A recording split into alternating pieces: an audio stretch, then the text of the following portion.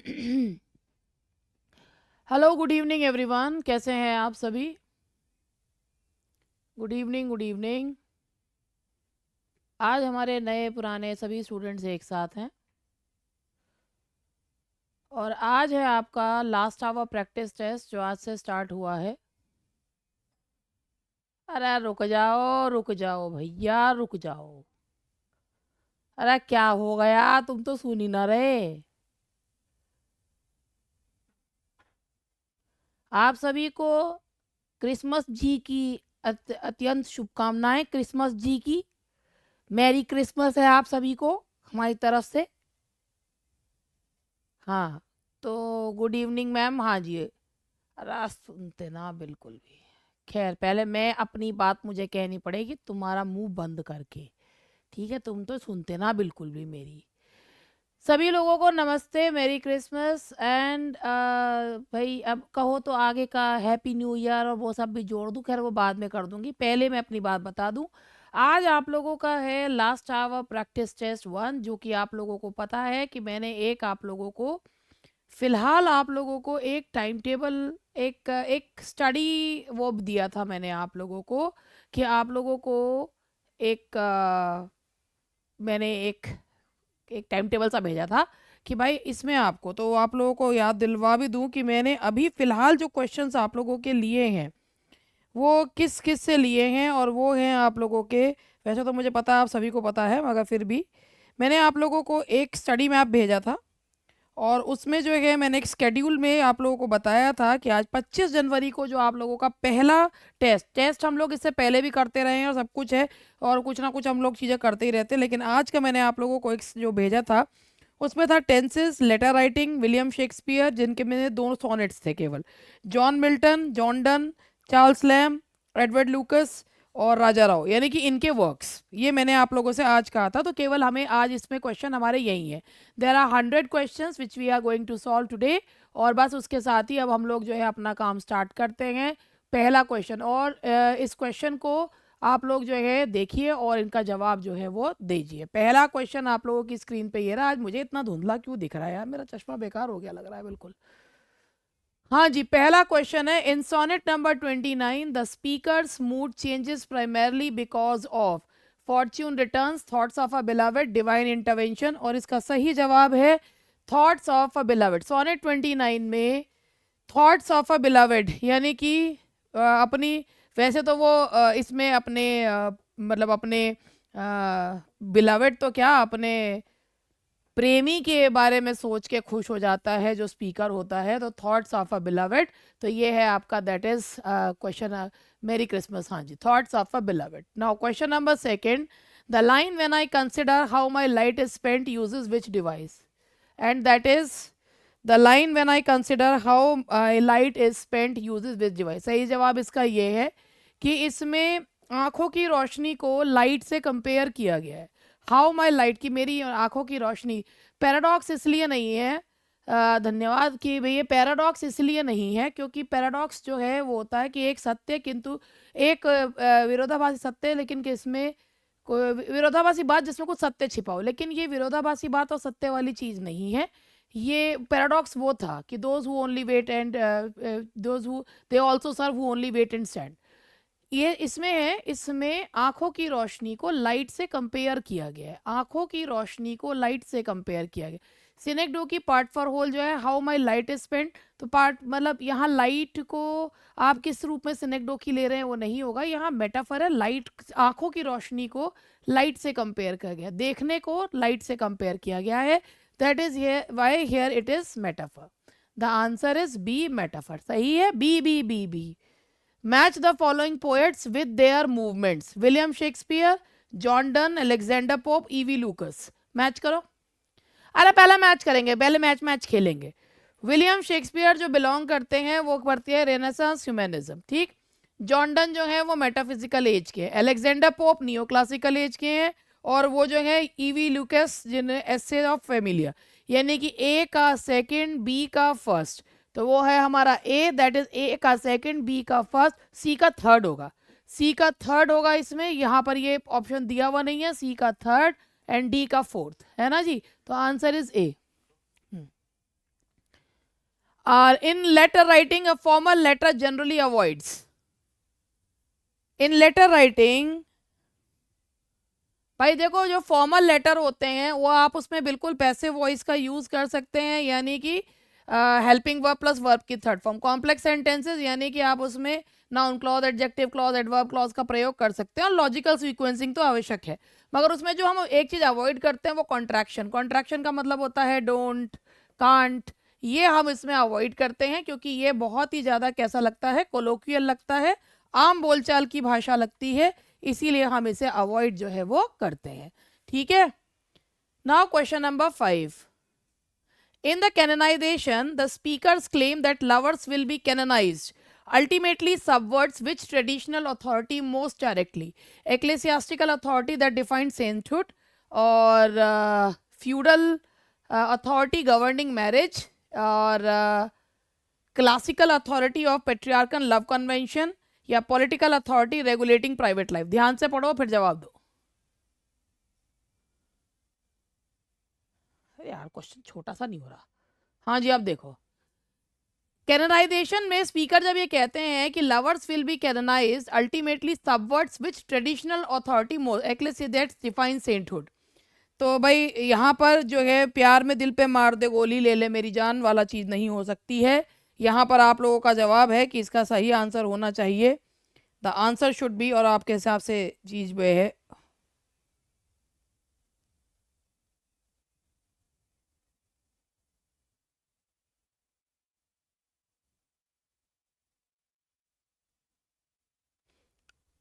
और इसको मैं 1 मिनट में आपको बस ये मैंने क्वेश्चन चेंज कर दिया था एक्चुअली। आप लोगों को अगर याद हो तो मैंने ये क्वेश्चन चेंज कर दिया था, है ना। ये क्वेश्चन चेंज है, हाँ ये क्वेश्चन चेंज कर दिया था, क्योंकि ये जो है क्वेश्चन था नहीं हमारा, ये वाला गलत था क्वेश्चन। अब नया डला है क्वेश्चन में, कुछ कई क्वेश्चन आपको मिलेंगे कि इसमें गड़बड़ हो गए थे, तो मैंने ठीक करके करे हैं ये।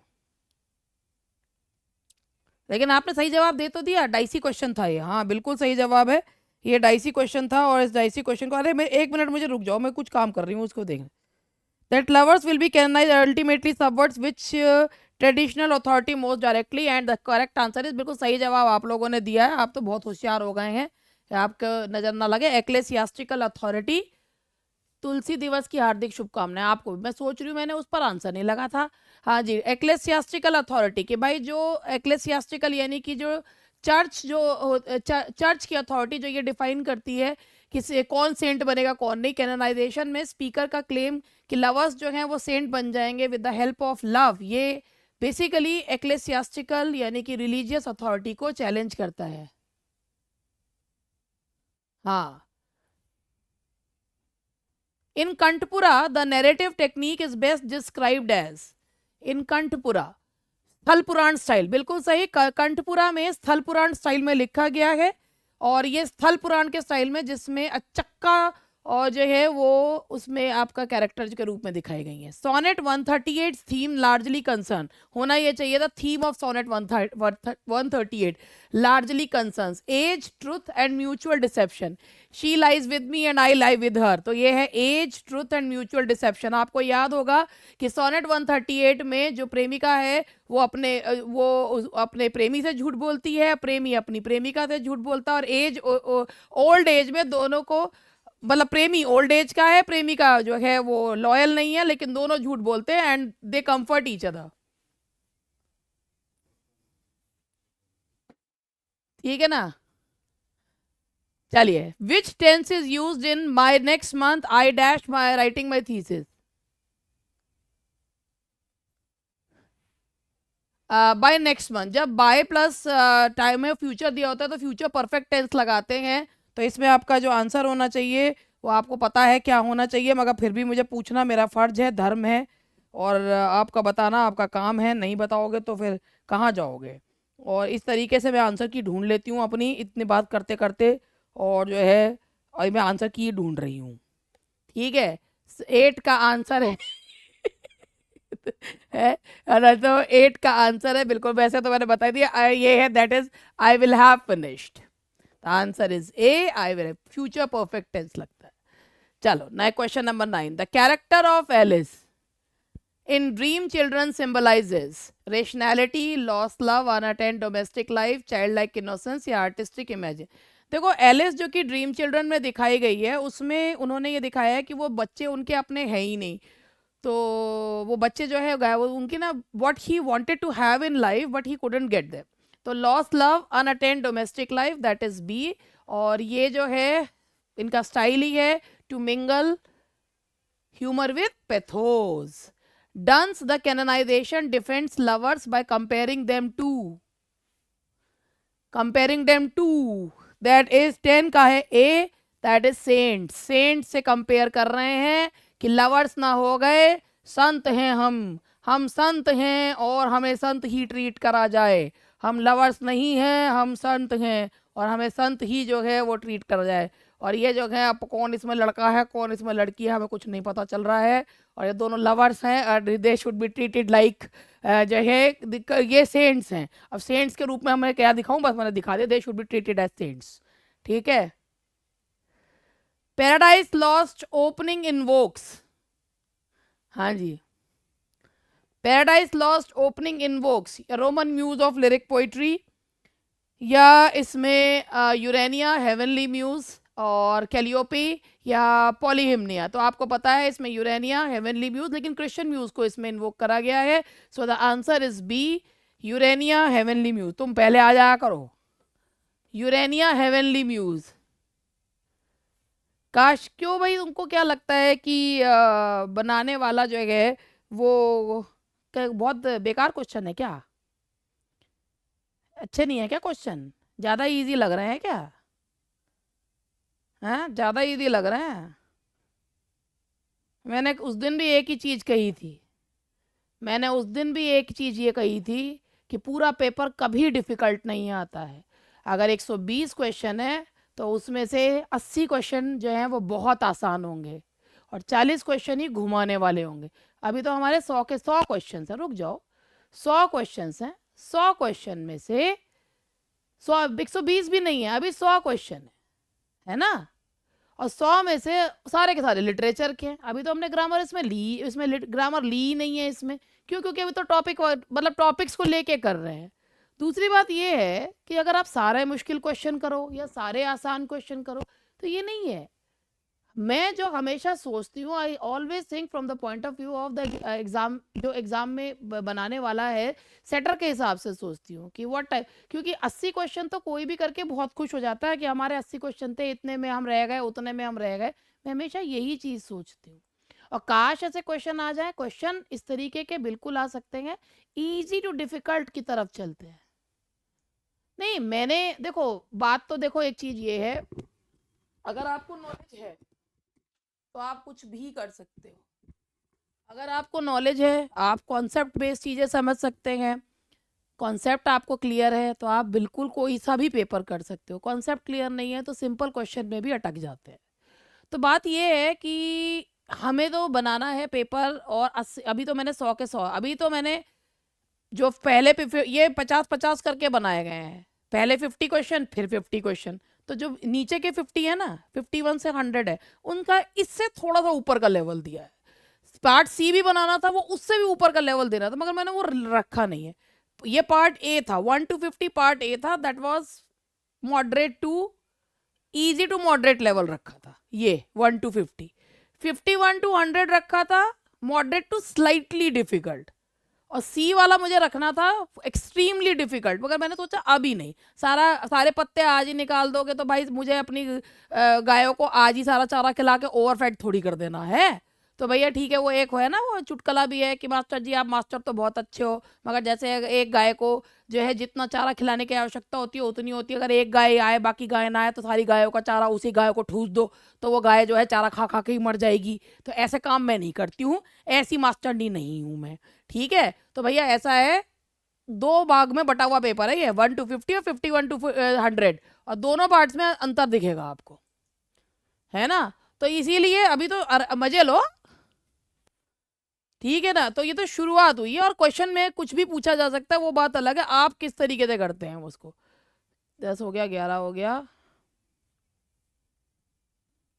12। Match the following works with their theme, Tight Corners, Kanthapura, Dream Children और ऑन इज ब्लाइंडनेस। सबसे पहले आपका टाइट कॉर्नर्स जो है वो आपका अंडरस्टेटमेंट और साइकोलॉजिकल फियर एंड डेट पर है। कंटपुरा जो है वो उसमें दिखाया गया colonial operation. Dream children memory and regret. On is blindness divine justice and vocation. तो यहाँ पर ये यही है, ए का सेकंड, बी का फर्स्ट, यही है। वैसे तो इसका ए ही रहता है, लेकिन ये बताना भी जरूरी है कौन से में क्या चीज आई गई है। Which letter writing feature is a standard feature in a formal letter? Which letter writing feature is a, actually इससे पहले जब ये क्वेश्चन पेपर बना था तो उसमें आया था मैंडेटरी। मैंडेटरी नहीं होता, ये चीज याद रखना।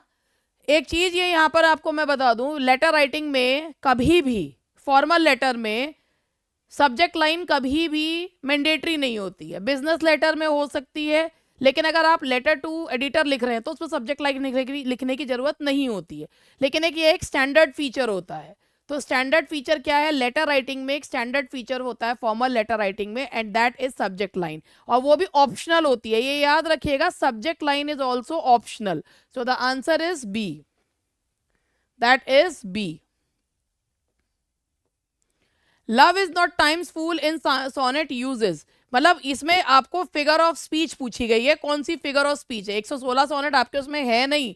लव इज नॉट टाइम्स फूल, प्यार जो है, प्यार को मूर्ख से कंपेयर करा गया है, मतलब प्यार को ह्यूमन बीइंग की तरह देखा गया है, तो that is personification. So the answer is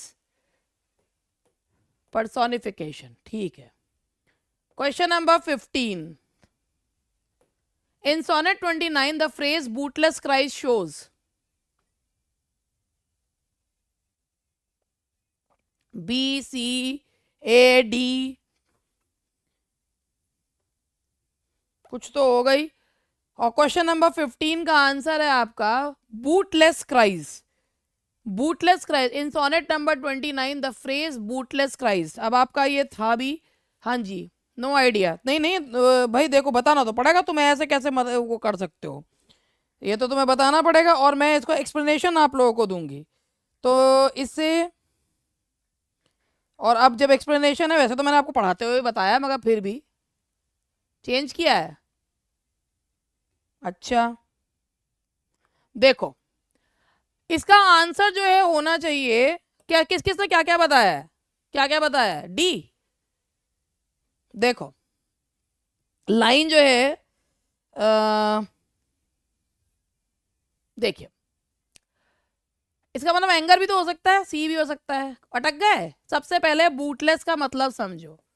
बूटलेस का मतलब होता है इनइफेक्टिव, ठीक है, और क्राइज का मतलब होता है शोर शराबा। तो क्या हुआ इसका मतलब, क्या होगा इसका?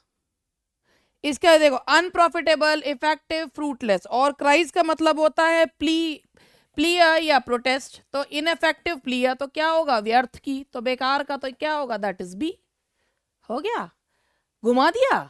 अब ये एंगर भी लग रहा है, ये आयरनी भी लग रहा है, इसलिए लेकिन इसका आंसर सोनेट नंबर 29 में जो फ्रेज दिया है बूटलेस क्राइज, इसका मतलब है माई बूटलेस क्राइज। तो बूटलेस का मतलब मेरी बेकार की अपील है, मेरी आवाज से किसी को कोई फर्क नहीं पड़ रहा है।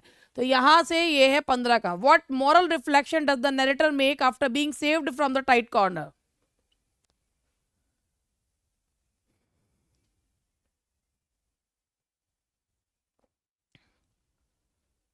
टाइट कॉर्नर्स में जो वो फंस जाते हैं क्रिस्टीज में, तो वो कहते हैं कि life of rectitude sometimes bring unexpected rewards. वो बेसिकली ये कहते हैं कि टाइट कॉर्नर जो कि भाई, वैसे तो इसमें से कोई सा भी वो नहीं है, लेकिन वो ये बोलते हैं life of rectitude sometimes bring, कि सही, कभी आपने जिंदगी में कुछ अच्छे कर्म करे होते हैं तो उस वजह से जब आप फंस जाते हैं मेंटल टाइट कॉर्नर्स में, तो चीजें आपको जो है हाँ, क्वेश्चन चेंज कर दी, क्वेश्चन गलत थे ना, 10 से 12 क्वेश्चन जो है में गड़बड़ थी। तो जब मैंने उसको चेक करा तो फिर मैंने देखा कि ये तो गड़बड़ है, तो मैंने ठीक कर दिया। वो कुछ नहीं, 12 क्वेश्चन, 12-15 क्वेश्चन चेंज करे हैं। A life of rectitude, tight corners में वो लास्ट में यही बोलते हैं, टाइट कॉर्नर्स में वो ये बोलते हैं कि जब वो फंस जाते हैं तो ये बोलते हैं कि कभी कभी जिंदगी में ऐसा होता है ठीक है, कि जो है हमने कुछ अच्छे काम किए होते हैं, वो जो है उस वो हमारे पास जो है उससे हमें कुछ अच्छा जो है वो मिलता है, और हम जो मेंटल टाइट कॉर्नर में फंस जाते हैं या किसी चीज़ में फंस जाते हैं, तो जो है वो चीज़ हमें बचा लेती है। तो करेक्ट बिहेवियर को बोलते हैं rectitude, a life of rectitude. Correct behaviour sometimes brings unexpected rewards. ठीक है,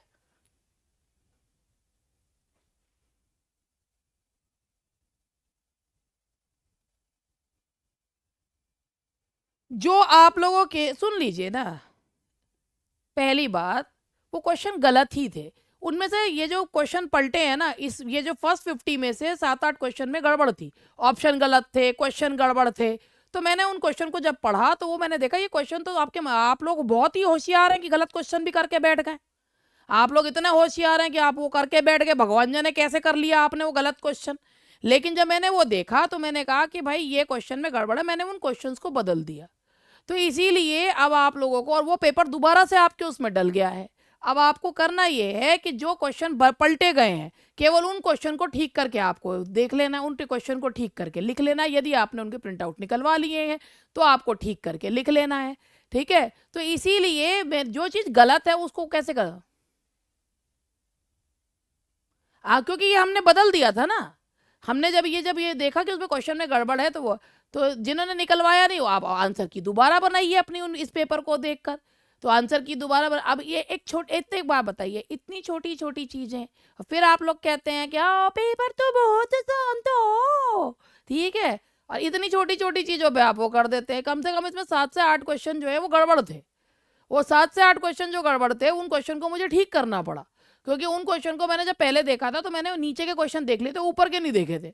तो 7 को 8 क्वेश्चन, अब मैंने कई बार ऐसा होता भी, वो डल गया, फिर मैंने कहा नहीं मुझे मेरे स्टैंडर्ड का नहीं लग रहा, मैंने चेंज कर दिया। मैंने तो किसी से नहीं कहा था ना कि भाई मेरे सॉल्व करवाने से पहले प्रिंट आउट निकलवा लो। तो जो है भाई मेरे को नहीं लगा वो ढंग का, मैंने चेंज करवा दिया। अब जब चेंज करवा दिया तो मैंने स्टूडेंट्स को अब उसमें जो भी क्वेश्चन चेंज हुए हैं, तुमको करना क्या है कि उन क्वेश्चंस को तुमको उन्हीं क्वेश्चंस को या तो उन्हें लिख लेना, या उनको जो है भाई प्रिंट आउट निकलवाओगे, अगर निकलवा चुके हो तो उन क्वेश्चंस से उन क्वेश्चंस को बदल देना, उनमें वो लिख लेना। नहीं निकलवाया तो नया वाला पड़ गया, उसका प्रिंट आउट निकलवाना, और नहीं निकलवा रहे हो प्रिंट आउट तो केवल उसी में देख के सॉल्व कर लेना। बात खत्म। इतनी छोटी सी बात पे क्या झगड़ा करना, क्यों भाई? क्वेश्चन साथ अब एक बात बताओ, मुझे तो ये समझ में नहीं आ रहा तुमने गड़बड़ वाले क्वेश्चन कर कैसे लिए, कर कैसे लिए तुमने? तुम्हारे दिमाग में नहीं आए कि ये क्वेश्चन तो गड़बड़ है? फिर मैं यहां खड़े होकर बताती ये क्वेश्चन गड़बड़ है, ये क्वेश्चन गड़बड़ है। हाँ जी, डंस, ये मैं सारे ग्रुप से भेज चुकी, ये सारे ग्रुप्स में भेजा जा चुका है। Donne's The Canonization belong to which genre? Metaphysical love lyric, that is metaphysical love lyric है। हाँ जी, ये है आपका metaphysical love lyric, that is B. The verb tense she had been singing for an hour is, she had been singing for, that is past perfect continuous tense. बहुत ही मुश्किल question था, और ऐसे क्वेश्चन देख के ही हमारे स्टूडेंट्स को लगता है हम तो 100 में से 120 नंबर ले आएंगे, और जो है सारे लोगों को यूं यूं करके उखाड़ के फेंक देंगे। ऐसा नहीं होता बेटा, ऐसा नहीं होता। ठीक है, ये तो केवल वो होते हैं starters. Milton's blindness becomes a metaphor for, Milton ने जो ऑनेस्ट ब्लाइंडनेस में अपनी ब्लाइंडनेस को दिखाया है, that becomes a metaphor for spiritual trial and obedience. शुरुआत में जब सोनेट की शुरुआत होती है तो वो उनको गुस्सा होता है कि that one talent which was death to hide, आप लोगों ने मुझसे ले लिया है भगवान ने। लेकिन उसके बाद बट पेशेंस टू प्रिवेंट, उसके बाद उनको पहला जो 8 लाइन है वो उसमें उनको एक तरीके से पहला 8 लाइन क्वेश्चन है और नीचे की 6 लाइन जो है उसका आंसर है, वो कंफर्ट करती है। तो स्पिरिचुअल ट्रायल एंड ओबीडियंस है। Those who stand, they also serve who only stand and wait. तो स्पिरिचुअल ट्रायल एंड ओबीडियंस, जो अपनी बारी आने का इंतजार करते हैं वो भी भगवान की जो है सच्ची सेवा करते हैं। इन कंठपुरा मूर्ति रिजेंबल्स, ये मैंने आपको कंठपुरा पढ़ाते हुए बताया था कि कंठपुरा में मूर्ति को जो दिखाया है वो क्राइस्ट लाइक सेवियर जो है वो दिखाया है। क्राइस्ट नहीं, मूर्ति का एपिक वॉरियर, मूर्ति रिजेंबल्स क्राइस्ट लाइक सेक्रिफिशियल फिगर्स जो है वो दिखाया कंठपुरा में। मूर्ति को जो दिखाया है, एक मिनट में इसको चेक भी करूंगी, और क्योंकि पहाड़ जैसा सिलेबस है, एक मिनट रुक जाओ।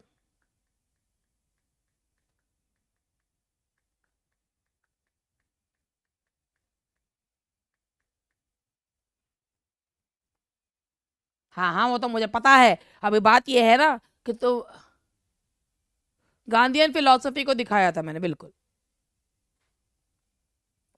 मैंने नहीं, कंठपुरा ने। देखो,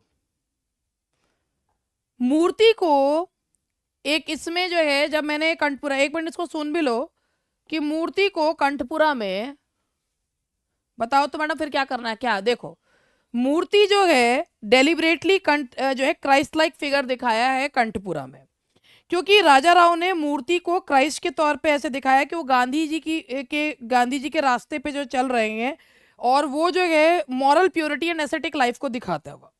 तो इसीलिए जो है मूर्ति को क्राइस्ट लाइक फिगर के रूप में दिखाया गया है, और सिंबॉलिक वे में दिखाया है, सिंबॉलिक वे में, खुद को सेक्रीफाइस कर देने वाला है ना। ना बताया तो हूं कि क्या बात है, मेरे ख्याल से मैंने पढ़ाते हुए भी चीज ये बताई है ना। हाँ, तो Christ like sacrifice facial figure. अब जरा ये बताओ, the rhetorical device in call us what you will is, the rhetorical device in call us what you will. अब इसका क्वेश्चन का आंसर बताओ जरा फटाफट। That is C, imperative mood. Call us what, बिल्कुल, कि तुम्हारी जो मर्जी है तुम वो हमें कह लो, हमें ना फर्क पड़ता कुछ भी, ठीक है ना। तो ये जो है आपका दैट इज, और ये है क्वेश्चन नंबर है हमारा 21, और ये है इम्पेरेटिव मूड। और मेरे ख्याल से ये यहाँ पे ये, क्योंकि कॉलस हम ये इम्पेरेटिव मूड में इसलिए कहा गया क्योंकि ये वर्ब से स्टार्ट हो रहा है। तुम्हारी जो मर्जी हो तुम हमें कह लो, हमें कोई फर्क नहीं पड़ता, हम इतने बड़े बेशरम हो चुके हैं, हमें कोई फर्क ही नहीं पड़ा है, पढ़ नहीं। अच्छा, ये जो कोई जिसको ए लग रहा है कि क्या आप जो है ना, ये जो जिनको ए लग रहा है, मैं उनसे पूछना चाहूंगी ये पॉलीपॉपटोटन क्या है, तो वो मुझे बता देंगे तो मैं जो है औरों को बता दूंगी। भाई मुझे तो पता नहीं, फिर भी मैं बताने की कोशिश करूंगी।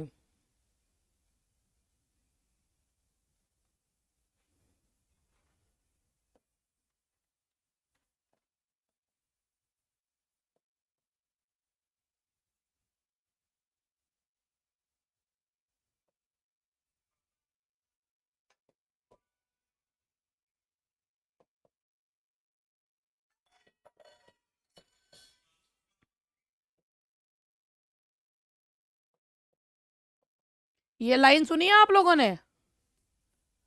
हैं? हाँ, यही तो समझ में नहीं आता, बाकी तो सब समझ में आ गया था तुम्हें। देखो, ये दिखाया है पॉलिप्टोटन, जो दिखाया है ये वो रिटोरिकल डिवाइस होती है जिसमें एक ही जो वर्ड होता है वो डिफरेंट जो है फॉर्म्स में यूज किया जाता है, डिफरेंट फॉर्म्स में यूज किया जाता है। जैसे love is not love which alters when it's alteration finds. तो जब यहाँ पर है, यहाँ पर इसमें आप ये देख रहे हैं कि जब रूट जो है वो डिफरेंट उसमें, मतलब नाउन वर्ब एडजेक्टिव में चेंज होती है, तो उसे पॉलिप्टोटन कहते हैं। कि वो प्यार प्यार नहीं है जो ऑल्टर हो जाए, विच ऑल्टर्स, एक वर्ब में यूज हुआ है, एक नाउन में यूज हुआ है, ऑल्टर ऑल्ट्रेशन, कि जब एक root word different noun adjective verb वगैरह में यूज होता है तो उसे पॉलिप्टोटन जो है वो कहा जाता है।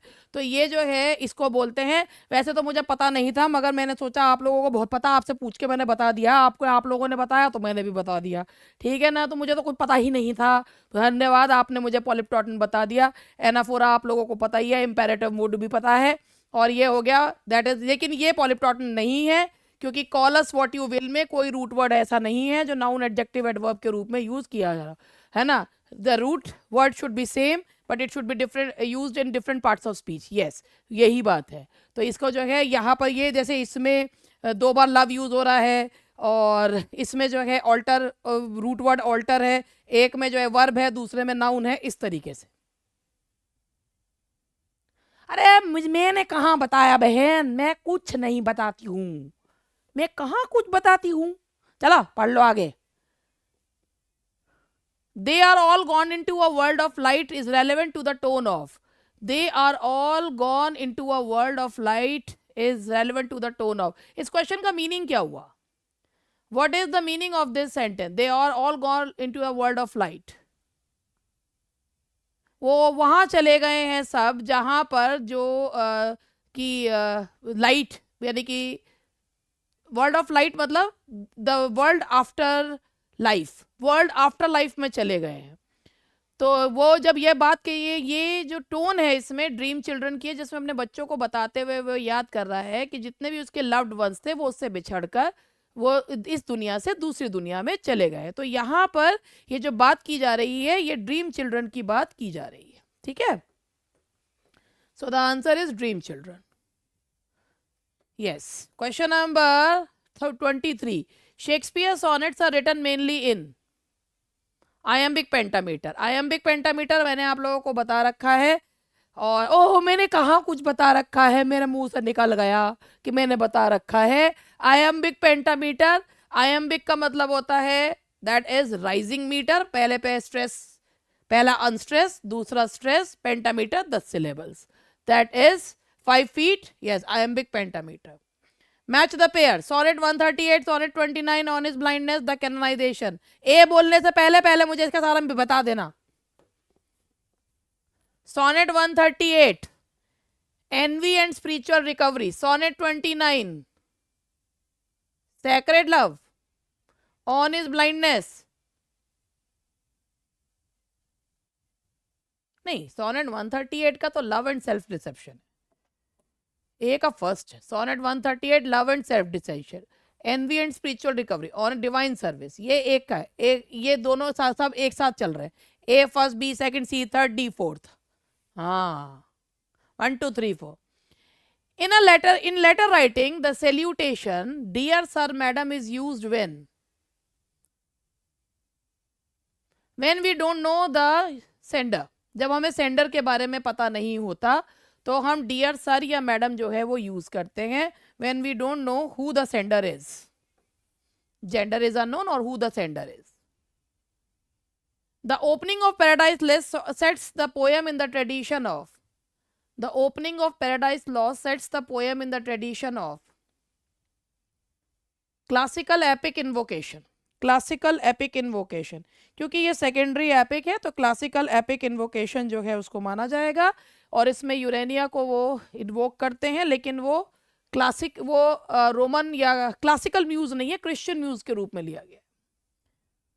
27 Tight Corner uses which narrative mode, Tight Corner uses which narrative mode, first person humorous confessional, first person, सारे के सारे मिलके अपने अपने टाइट कॉर्नर्स के बारे में बात कर रहे हैं।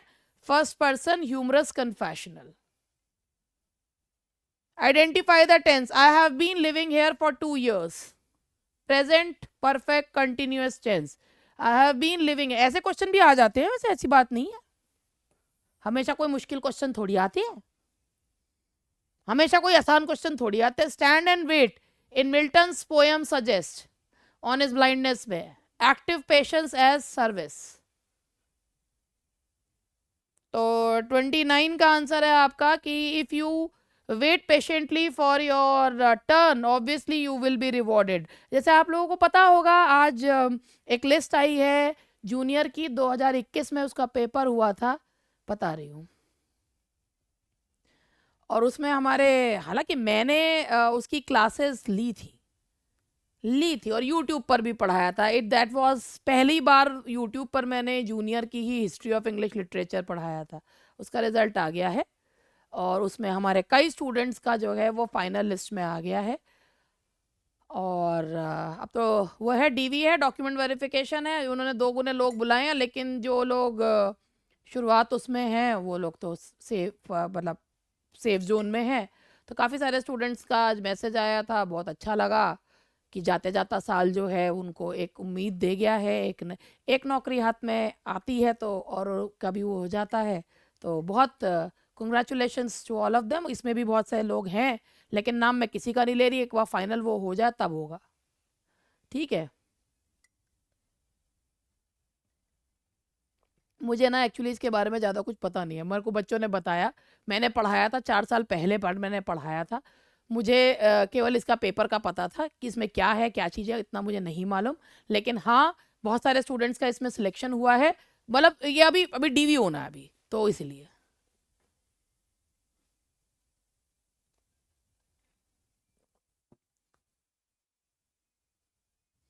इंग्लिश की वो ये उसमें कई ना, कई स्टूडेंट्स की एकेडमिक कम थी, इसीलिए 102 नंबर वाले भी बाहर हुए हैं इसमें।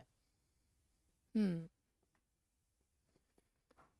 एक्टिव पेशेंस या सर्विस स्टैंड एंड वेट का यहाँ पर ये मीनिंग ये था कि जब वो मिल्टन में ना वो कहते हैं ना, but patience to prevent those who only stand and wait, they also serve who only stand and wait.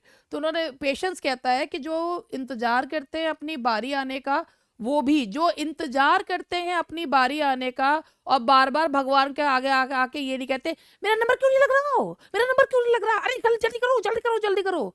तो वो अभी अपनी बारी आने का जब इंतजार करते हैं तो उनको बहुत अच्छा मिलता है, और इसीलिए जो है इसमें एक्टिव पेशेंस है, सर्विस बताया गया। वैसे हर जगह पेशेंस जो है रखा जाता नहीं है, लेकिन फिर भी ये कहने का मतलब है। भैया मैं तो इसको एक्सप्लेन कर रही हूँ। In Kanthapura the dominant theme is, in Kanthapura that is Gandhian nationalism. Gandhi इसमें एज अ कैरेक्टर के रूप में नहीं है, मगर ही मतलब उनका, लेकिन इन्फ्लुएंस उनका पूरा इसमें नॉवल में देखा जा सकता है। Donne uses the phoenix in the canonization to symbolize, Donne uses phoenix जो उन्होंने दिया है कि by love we have been united into one, तो वो जो दिखाया गया है वो किस रूप में, प्योरिटी ऑफ लवर्स, इतने प्योर हैं लवर्स कि फिनिक्स की तरह हैं दोनों, एक जो हैं वो, जो फिनिक्स अपने आप में एक होता है और अपनी एशेस से उत्पन्न होता है, तो वो भी जो है अपनी एशेस से फिर से पैदा होंगे। आई do believe her though I know she lies here, she lies here, lies is an example of I do believe her. ये कौन से सोनेट की लाइन है, ये कौन से सोनेट की लाइन है, ये सोनेट 138 की, ये सोनेट 138 की लाइन है। और इसमें जो है I do believe her, she I know, I do believe her though I know she lies, here lies is, she lies, lies में यहाँ पन है, क्योंकि ये एक जो है कि यहाँ पर एक लाई का मतलब है सोना और एक का है झूठ बोलना, तो दैट इज पन। हाँ,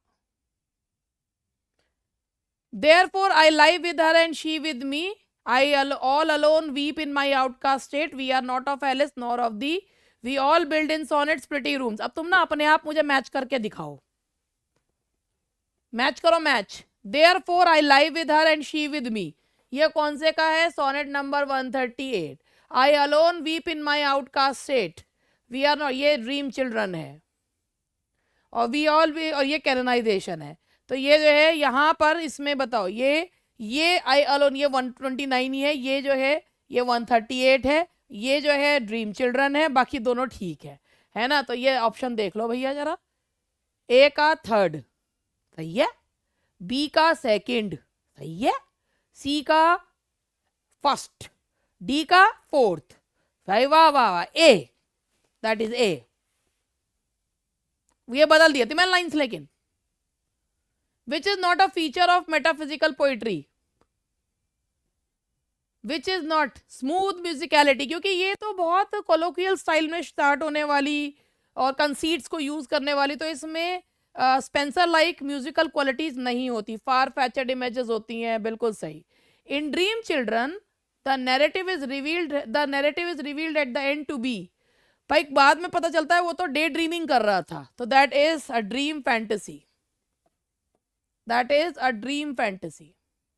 identify the tense, he writes letters every day, that is simple present, simple present है ये। The muse in Paradise Lost is invoked to seek divine inspiration and greater poetic power, muse जो है वो इसमें invoke करी जाती है जब मिल्टन ये कहते हैं कि मैं एक ऐसा वर्क लिखना चाहता हूं जो आज तक ना तो प्रोज में लिखा गया ना पोइट्री में लिखा गया। हैबिचुअल प्रेजेंट नहीं है ना बेटा, पास्ट है। ये देख, हैबिचुअल पास्ट है, प्रेजेंट नहीं है। अ की symbol in the कंठपुरा is,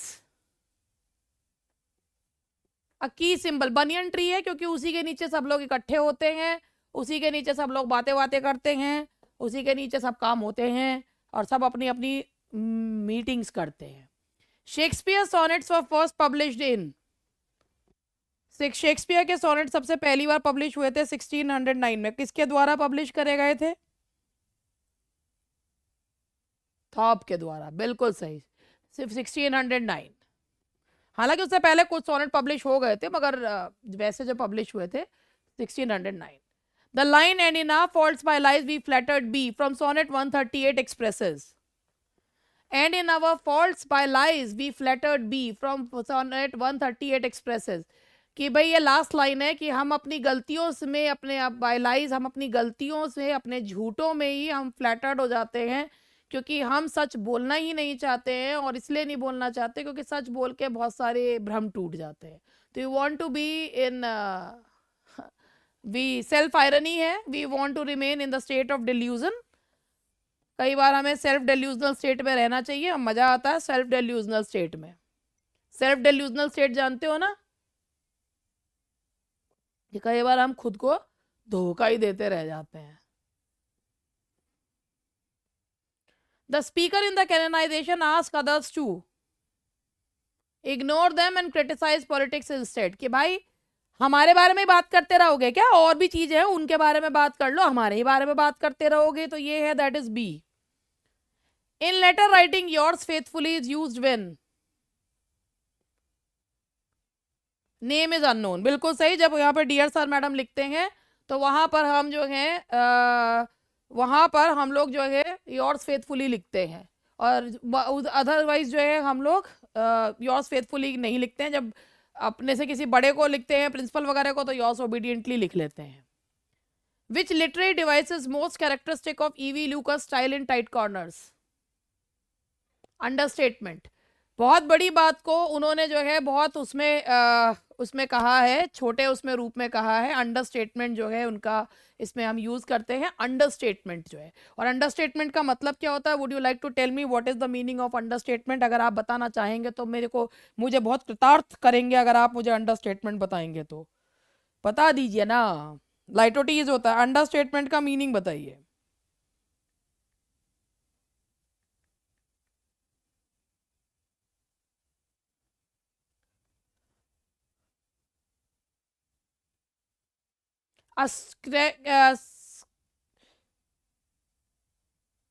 where a writer deliberately makes a situation seem less important, जहां पर किसी चीज को, बहुत बड़ी चीज को छोटा करके दिखाया जाता है, उसे अंडरस्टेटमेंट कहते हैं। आज मेरे को ना स्क्रीन पे दिख नहीं रहा है, मेरे को लग रहा है मेरा चश्मा बेकार हो गया है, मुझे स्क्रीन पे धुंधला दिख रहा है। Which tense fits?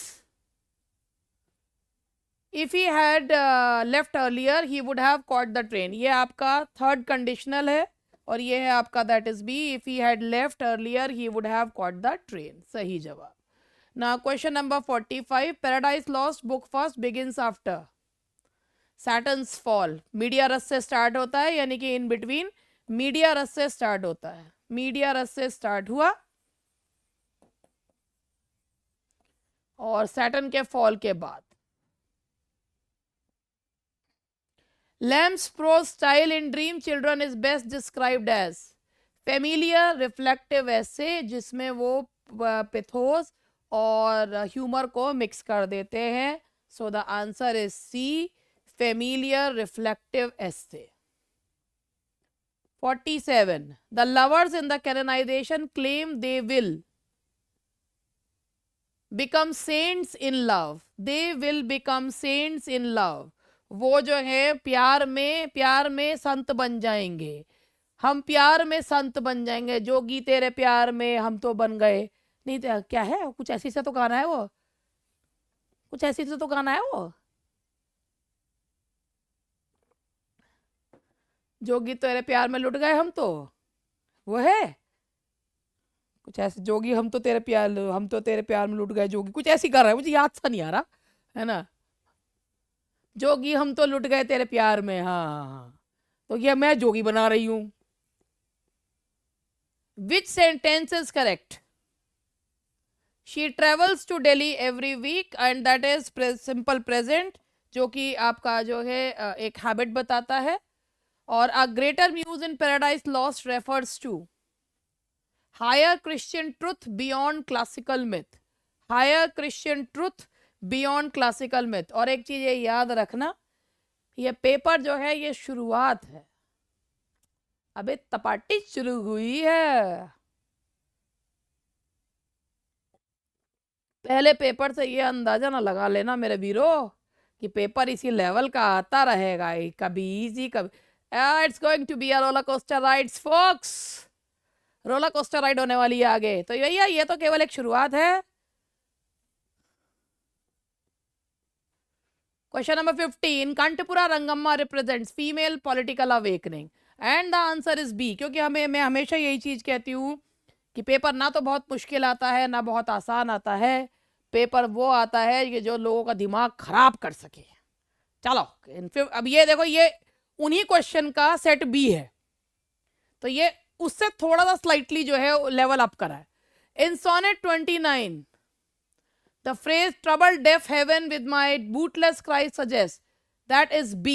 bootless cries अभी मैंने आपको बताया था फ्यूटिलिटी, मतलब जो है फ्यूटाइल, बिल्कुल बेकार की, व्यर्थ की प्लीज, तो वो बताते हैं spiritual despair mixed with self pity, कि वो जो है वो अपने अपने लवर को मिस कर रहा है, तो वो स्पिरिचुअल डिस्पेयर जो है, सेल्फ पिटी जो है वो दिखाई जा रही है। Identify the tense. Hardly had he entered the hall when the lights went out. Hardly had he entered the hall when the lights went out. और इसका सही जवाब क्या है भाई, क्या है क्या है? Let me check as well. That is, हाँ जी, ये है आपका इन्वर्जन का क्वेश्चन है। इन्वर्जन लिया गया है क्योंकि हार्डली से एक एडवर्ब है, और एडवर्ब से अगर सेंटेंस स्टार्ट करोगे तो पहले हेल्पिंग वर्ब आएगा और उसके बाद पास्ट इंडेफिनिट यूज किया जाएगा, पास्ट परफेक्ट। तो सामने ही आपको क्वेश्चन दिख रहा है, ये हो गया आपका। They are willing to lie in order to love and love in order to continue lying best describes the logic of, कि वो जो है प्यार झूठ बोल के प्यार करने के लिए और प्यार करने के लिए झूठ बोलना के लिए तैयार है। और ये कौन से सोनेट में बताया गया है? दैट इज सोनेट नंबर 138, कि तू मुझसे झूठ बोल रही, मैं तुझसे झूठ बोल रहा, झूठ बोल बोल के हम दोनों की जिंदगी चल रही है ना। तो यहाँ पर हो गया आपका, गिर गया मेरा फोन, ओए राम रे, ये तो मैंने अपने आप बना दिया। Which of the following is central to Milton's opening in Paradise Lost?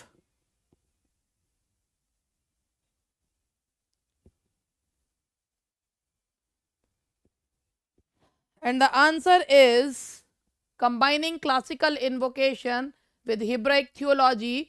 तो यहाँ पर है भाई, उसमें उन्होंने क्लासिकल, भाई म्यूज को यूरेनिया को करते हैं, तो that is combining classical invocation। In Duns the canonization, the well wrought, in Duns the canonization, the well wrought urn stands for, the well wrought urn stands for, that's B। वो कहते हैं कि हमें लोग याद रखें ना रखें, मगर हम जो हैं कि हम सोनेट्स में अपनी जगह बनाएंगे, परफेक्ट पोइटिक फॉर्म मेमोराइज। इसका मैं 1 मिनट, इसका जो वो लाइंस थी ना वो लेकर देख, वो आती हूँ लेकर लाइंस।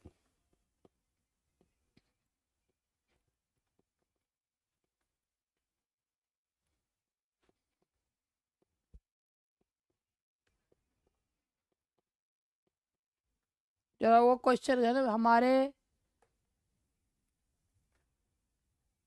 मुझे पता था कोई ना कोई ये क्वेश्चन मुझसे जरूर पूछेगा, मगर मैं अभी में बताऊंगी नहीं, बाद में बताऊंगी।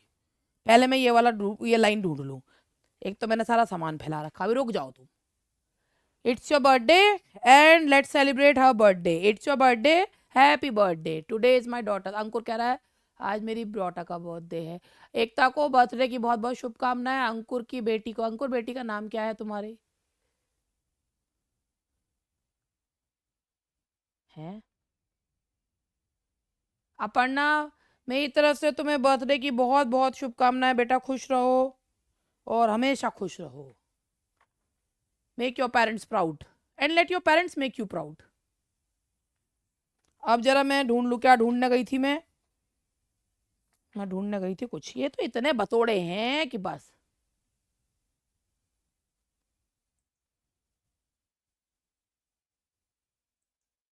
चलो तुम हैप्पी बर्थडे खेल लो और मैं जरा अभी जरा वो लाइन ढूंढ लूँ। तब तक तुम हैप्पी बर्थडे खेलो।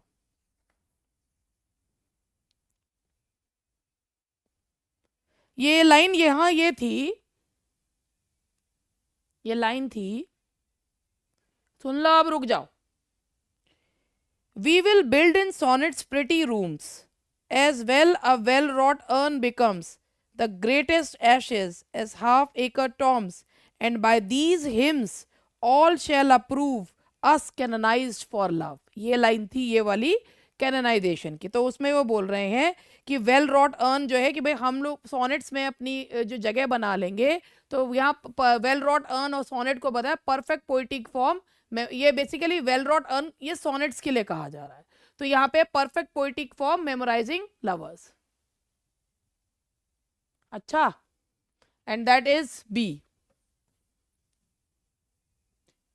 चलो question number 56। In dream children, अरे यार एक मिनट, एक ना तुम ना इतने लंबे लंबे मैसेज मुझे इस पे मत करा करो, क्योंकि ये जो है ना,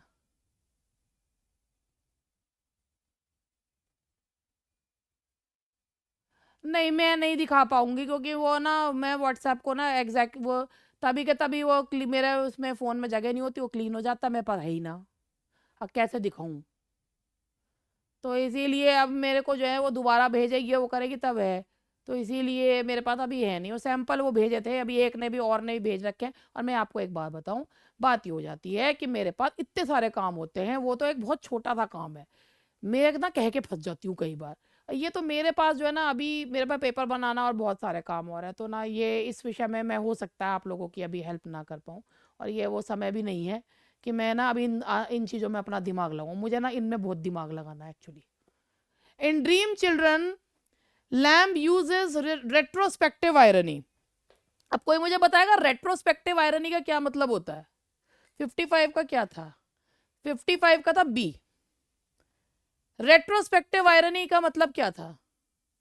अच्छा तुमने भी सेंड, हाँ तुमने सेंड किए होंगे, मगर मुझे अभी मैं एक्चुअली ना मेरा दिमाग भी नहीं रह रहा है, और इसलिए मैं जो है मेरे दिमाग ना अभी पेपर वगैरह बनाने में लगा हुआ है।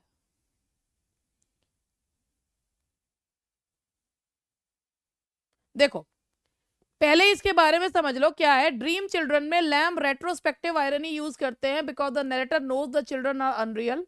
The children know lamb. Historical facts contradict the story. Readers know lamb dislike children. Actually, retrospective irony जिसे एपोलेप्टिक आयरनी भी कहा जाता है। रेट्रोस्पेक्टिव आयरनी जिसे एपोलेप्टिक आयरनी भी कहा जाता है, वह एक नैरेटिव जब उसमें रीफ्रेम अर्लियर इवेंट्स को रीफ्रेम करता है। एपोलेप्टिक आयरनी भी कहा जाता है जिसमें एक नैरेटिव की जो एंडिंग होती है रीफ्रेम्स अर्लियर इवेंट्स करता है। वो उनको कहता है कि मेकिंग देम आयरॉनिक। तो इसमें जो है लैम ने रेट्रोस्पेक्टिव आयरनी क्यों यूज करी है कि जिसमें पुराने इवेंट्स को वो दिखा रहे हैं पास्ट की तरफ देखते हुए।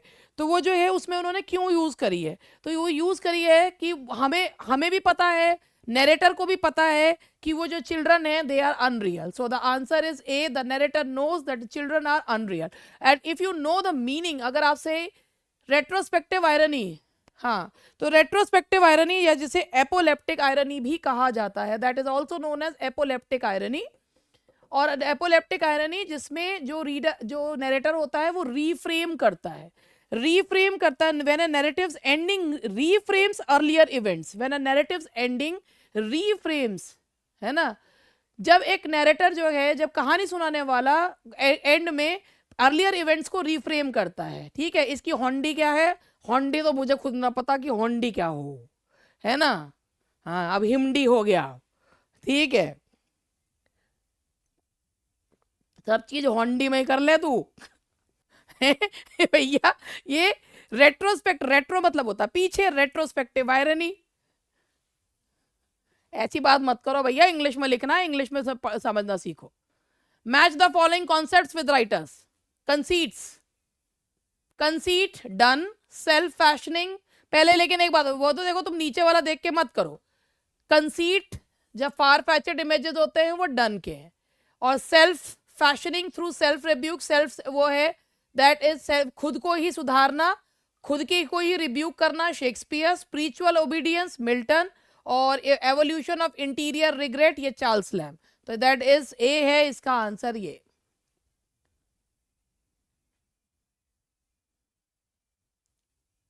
Identify the tense. He is supposed to have been waiting for hours. And the yes, that is perfect infinitive, continuous infinitive, or modal perfect, या passive infinitive.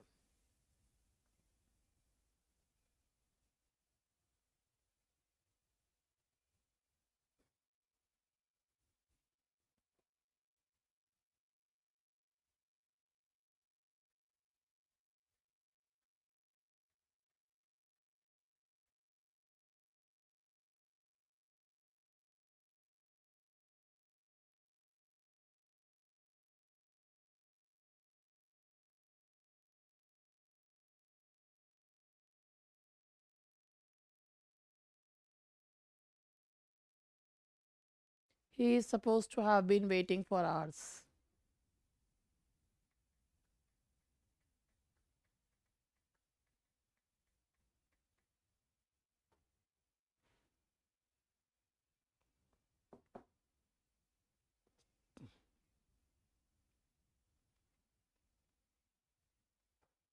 He seems to have been waiting for hours.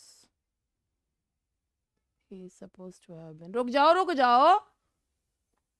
He is supposed, ये पूछा जो गया है ये that is identify the tense. He is supposed to have been waiting for hours.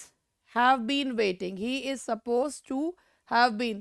देखो जो perfect infinitive होता है ना, परफेक्ट इन्फिनेटिव जो होता है वो ये होता है, he is believed to have been cheated, the flies appear to have been misplaced. To have plus verb की थर्ड फॉर्म होता है। जो कंटिन्यूअस इन्फिनेटिव होता है वो कंटिन्यूअस इन्फिनेटिव में कहते हैं जो लाता है ये दैट इज ये होता है आपका an action that started in the past continued for some time. जैसे he seems to have been waiting for hours, he might have been waiting outside. तो यहाँ पर ये जो यूज की he seems to have been waiting for hours, तो यहाँ पर आपका यूज किया। तो यहाँ पर ये आपका जो है जो क्वेश्चन का है he is suppose to have been waiting for hours, और इसीलिए इसका जो है अगर आप लगाते हैं सिंपल लिखते हैं टू वेट, तो वो है आपका सिंपल इन्फिनेटिव। अगर आप लगाते हैं टू बी वेटिंग तो ये जो है कंटिन्यूअस इन्फिनेटिव। और अगर आप लगाते हैं टू हैव वेटेड वो है परफेक्ट। और अगर आप लगाए टू हैव बीन वेटिंग तो होगा परफेक्ट कंटिन्यूअस इन्फिनेटिव। अब बताओ इसमें तो कौन सा है, कोई सा है इसमें कंटिन्यूअस। टू बी वेटिंग कोई सा भी है, परफेक्ट कंटिन्यूअस इन्फिनेटिव होगा तब होगा, ये परफेक्ट कंटिन्यूअस इन्फिनेटिव होगा तब होगा, अदरवाइज नहीं होगा ये। अब इसको मैं अभी इसको मैं क्वेश्चन को ये वाला क्वेश्चन में इसीलिए देखो बीच बीच में कुछ क्वेश्चन जो हैं वो रह जाते हैं, इसीलिए मैं आप लोगों को ये चीज़ पूछना चाह रही थी कि ये वाला क्वेश्चन आप लोगों को ये गड़बड़ है इस वाले क्वेश्चन में। 2 मिनट रुको जरा।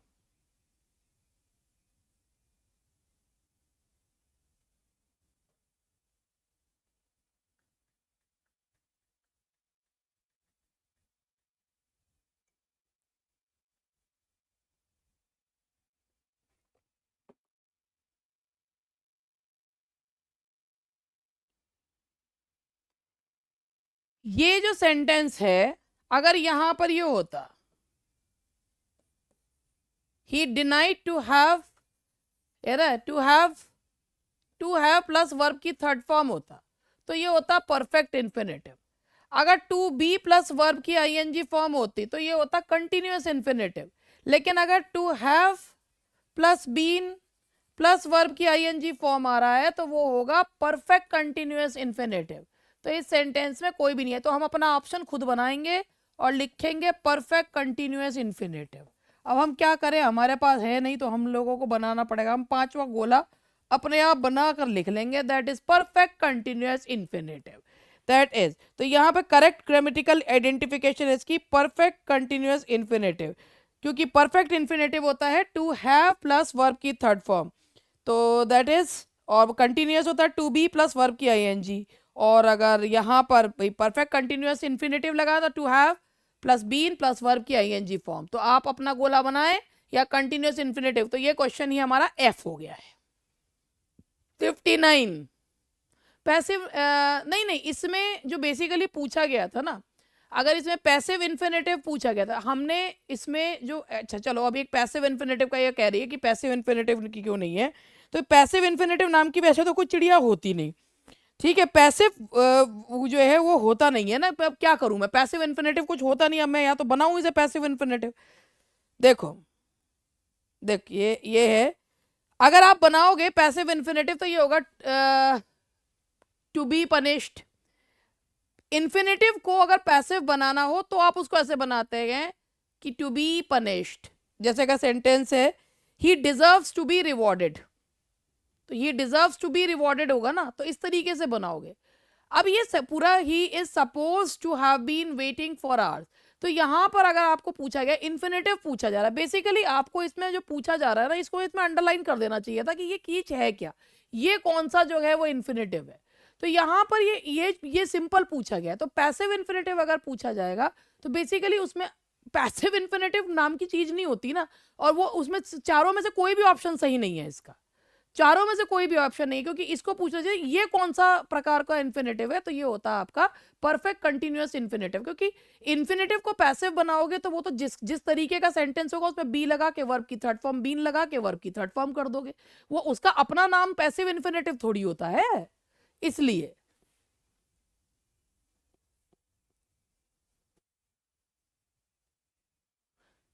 हम लगा सकते हैं, मगर ऐसा क्वेश्चन एफ क्वेश्चन हो जाता है, अगर इस तरह ये क्वेश्चन आ जाते हैं ना तो इन पे आप लोग वो डालते हैं एफ क्वेश्चन हो जाता है, इनके आंसर की आती है तो ये एफ हो जाते हैं। In Kantapura, which narrative feature creates an oral epic atmosphere?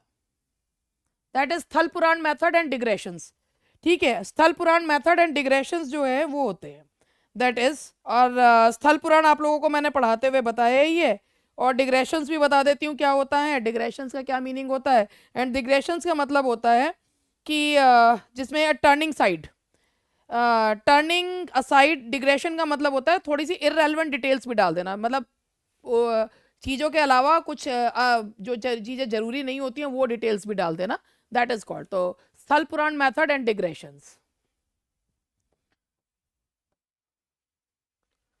The paradox for since by love our statues be, we are canonized by thee means,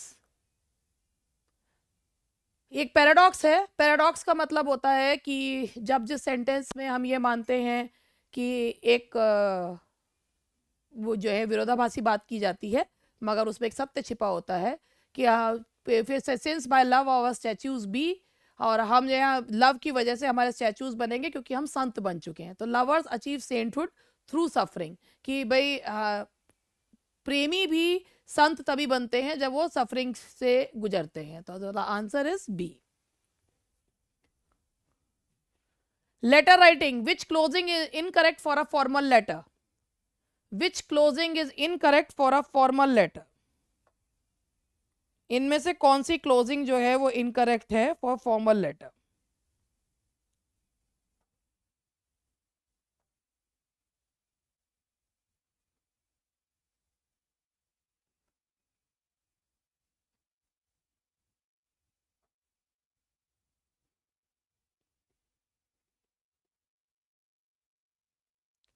warm regards, that is yours obediently, yours sincerely, yours truly, ये तो सही है। Warm regards जो है ये guards बोलते हैं ना केवल, तो वार्म रिगार्ड्स के लिए विच फॉर्मल लेटर में आप जो है रिगार्ड्स, वार्म रिगार्ड्स का yours truly, yours obediently, yours sincerely, ये तो सही ही है। और बाकी इसमें वार्म रिगार्ड्स का ए भी सही है, विच इनकरेक्ट पूछा है ना, ए तो सही है, हाँ जी, योर्स ट्रूली बिल्कुल सही है। योर्स ट्रूली सही है या नहीं सही है, आप बताओ। फॉर्मल लेटर में योर्स ट्रूली आता है या नहीं आता? आता है। योर्स ओबीडियंटली आता है, योर्स सिंसियरली आता है, रिगार्ड्स लिखते हैं। लेकिन फॉर्मल लेटर में यही लिखते हैं, yours truly, yours obediently, yours sincerely, यही लिखे जाते हैं, योर्स फेथफुली लिखे जाते हैं। तो इसीलिए जो है आपको इसमें नहीं लिखना। तो इसीलिए जो है आप इसमें जो है आप इसको जो यूज करेंगे तो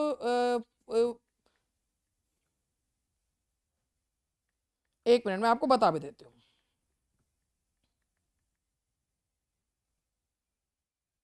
देखो ये ना बेसिकली क्या है कि जो योर्स ट्रूली है ना, ये जो चीज है आपकी, ये एक अब ना बहुत ओल्ड मेथड हो चुका है। वो सही कह रही है, किसने कहा, नीलम ने कहा, किसने कहा है, ये एक बहुत ओल्ड मेथड हो चुका है ना। तो ये जो है इसमें, हाँ प्रियंका कह रही है कि ये ना ओल्ड मेथड है। अब इसीलिए इसको ऐसा नहीं है। और जब ये यूज किया जाता है, जब डियर सर मैम जो जैसा, अब हम योर्स फेथफुली को इससे हमने चेंज कर दिया है। अब बात करते हैं क्या हम वार्म रिगार्ड्स यूज कर सकते हैं या नहीं यूज कर सकते हैं। तो अब इसको भी मैं जो है आपको इसके बारे में भी बात बताती हूँ। एक चीज मैं आपको बताऊं कि वार्म रिगार्ड्स जो है ना, ये जो है लेस फॉर्मल है। अब जो चीज लेस फॉर्मल होगी तो आप उसे फॉर्मल स्टाइल राइटिंग में कहां से ले लोगे?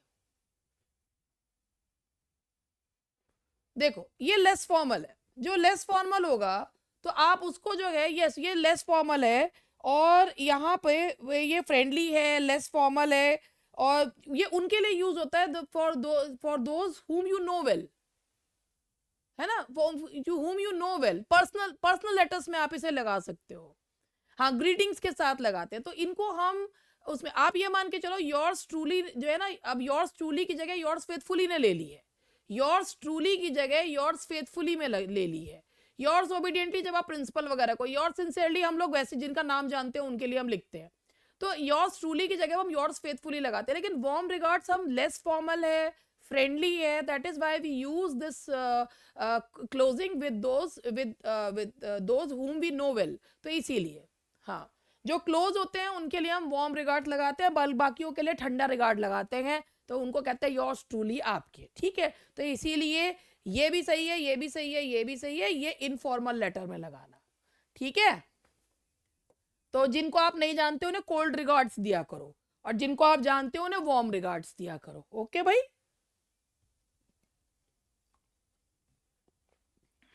चलो 62,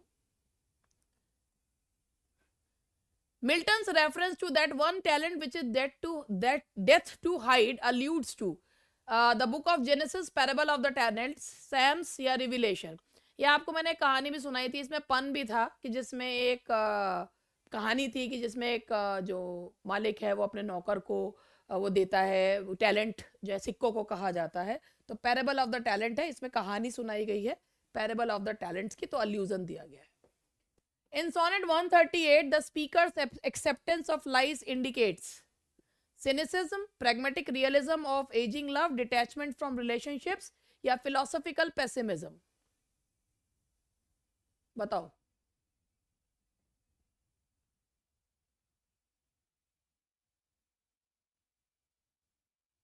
देखिए प्रैग्मेटिज्म का मतलब होता है प्रैक्टिकल। तो सोनेट 138 में कहते हैं कि मुझे पता है मेरी प्रेमिका मुझसे झूठ बोल रही है, मैं उससे झूठ बोल रहा हूँ, और हम इसलिए बोलते हैं कि दोनों का साथ बना रहे। तो इसीलिए that is real, that is practical way of being together. तो एक दूसरे के साथ रहने का ये प्रैक्टिकल तरीका है। Question number 64, identify the tense. By the time you arrive I shall have been working for 10 hours. Future perfect continuous tense, और ये है कि हाँ जी, I shall have been working, बिल्कुल सही जवाब है, दैट इज सी। तो ये हमारे क्वेश्चन हुए यहाँ तक। अब लेते हैं 65। EV Lucas creates humour in Tight corners through understatement and situational irony. Situational irony का मतलब बताओगे थोड़ा सा? 65 का तुमने बी बताया, बिल्कुल सही जवाब बताया। अंडरस्टेटमेंट, सिचुएशनल आयरनी का अंडरस्टेटमेंट तो हमने अभी थोड़ी देर पहले डिस्कस किया था कि जब एक बहुत बड़ी चीज को छोटा करके बताया था। सिचुएशनल आयरनी का मतलब क्या होता है कि चीज होनी होती है कुछ और हो जाती है कुछ और। हाँ जी, कि है ना। हाँ, होना ऑपोजिट होना होता है, जैसे वो मजाक के लिए केवल बिडिंग कर रहा था और वो चीज उसी के ऊपर आ पड़ती है। जैसे रिवॉल्वर जो है वो साफ कर रहे हैं, अब लिया अपने लिए, साफ कर रहे हैं और साफ करते करते गोली लग गई खुद को ही। हाँ बिल्कुल, जिसका ऑपोजिट रिजल्ट है। बिल्कुल सही जवाब, the answer is B, that is B. Question number 66।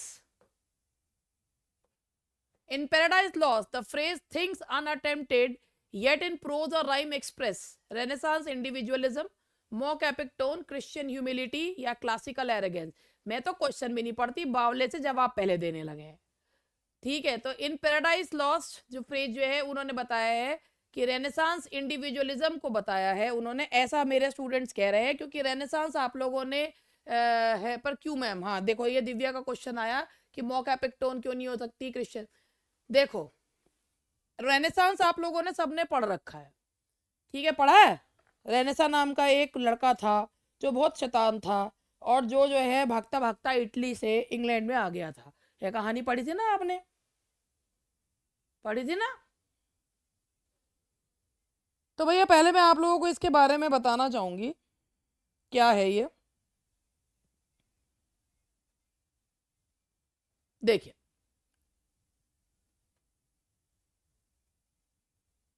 हाँ, जिस रेनेसांस एक फ्रेंच वर्ड है जिसका मतलब है अवेकनिंग ऑफ क्लासिकल लर्निंग। तो सबसे पहले जब मिल्टन ये कहते हैं कि मैं एक ऐसा एपिक लिखना चाहता हूँ कि जो ना आज तक प्रोज में लिखा गया हो, ना आज तक जो है वो पोइट्री में लिखा गया, तो उसका मतलब ये है कि रेनेसांस का मतलब था कि जो focus on the individual talent, कि इंडिविजुअल द प्रॉपर जो इंसान के बारे में स्टडी करनी है तो ह्यूमन बींग्स को पढ़ो, थियोलॉजी के बारे में नहीं।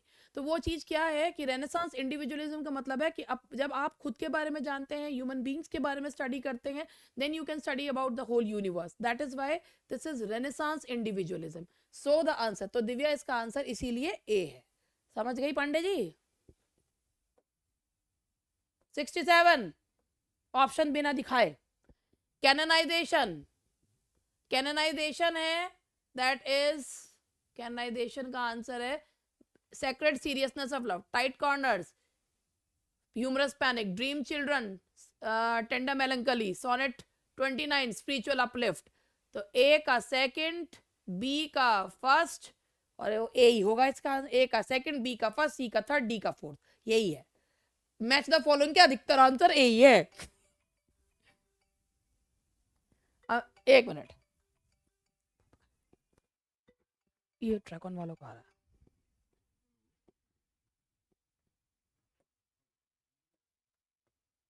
In Kantpura, the introduction of Gandhi is framed as arrival of a prophet, entry of a politician, invasion by British agents।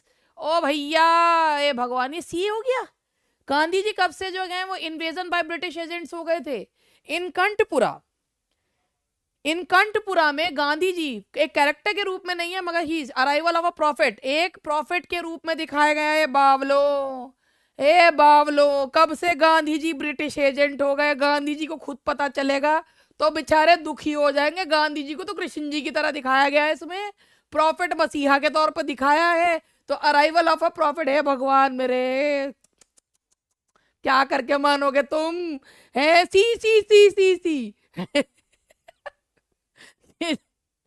क्या कर रहे हो? अराइवल ऑफ अ प्रॉफिट आएगा।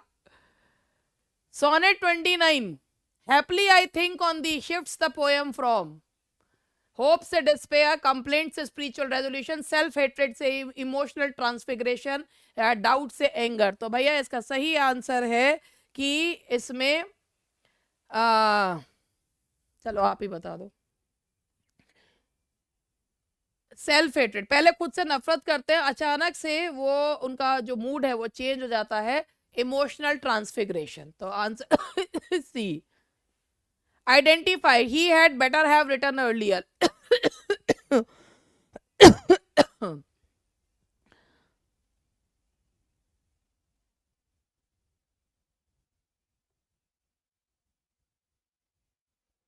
he had better, he should have written earlier,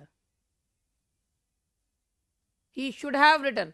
model of weak obligation नहीं है ये। Had better का मतलब होता है कर लेना चाहिए था, हैड बेटर मतलब होता है शुड, और शुड हैव का मतलब होता है कर लेना चाहिए था। पास्ट सब्जेक्टिव भी नहीं है ये। पास्ट सब्जेक्टिव का मतलब होता है कि जब हम पास्ट में, जैसे जो होता है इफ आई वर यू वाला जो होता है, तो मॉडल ईडियम नहीं, फिर भी मैं भी इसको, फिर भी he had better have written earlier. तो let me check this question as well, फिर मैं आप लोगों को इसके बारे में बताऊंगी।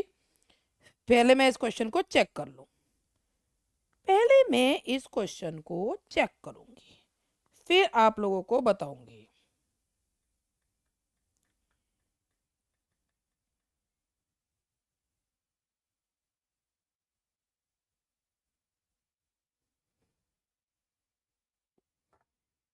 देखो, अब इसे तोड़ ताड़ के मैं बता रही हूँ, मेरे बात को ध्यान से सुनना और कहीं पर इसको देखो।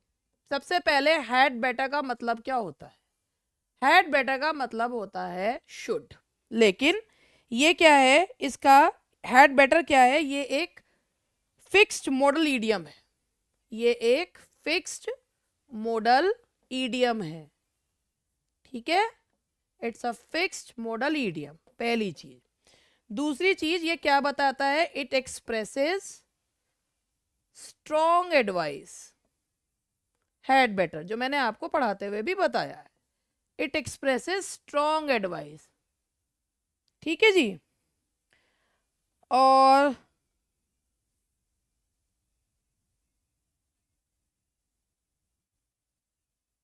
लेकिन यहां पर एक ये है कि ये हैड बेटर जो है मॉडल ईडियम, ये जो है ना had better model idiom with comparative बोला गया है। इसका मतलब क्या है कि मॉडल ईडियम विद कंपैरेटिव, ये हमें जो है एक बार और चेक करना पड़ेगा कि इसका एक्चुअली इसका मतलब तो ये पता नहीं कहाँ कहाँ से चीजें जो हैं,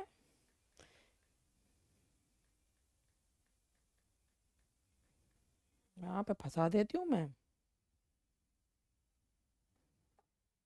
देखो, इस चीज को नोट कर लेना भैया, कभी भविष्य में कभी जरूरत पड़ी जाए तो क्या कह सकते हैं, है ना भाई? भविष्य में जरूरत तो पड़ जाए तो देखो इस चीज को याद लिख लेना।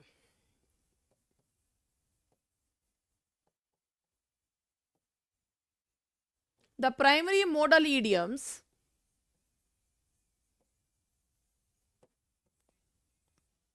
that incorporate, लिख रहे हो? अभी मेरे वैसे पीछे आंखें आई नहीं है मगर फिर भी comparative are the so called comparative models।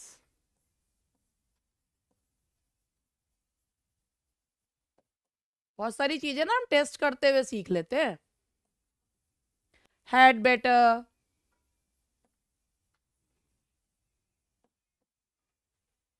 Would rather,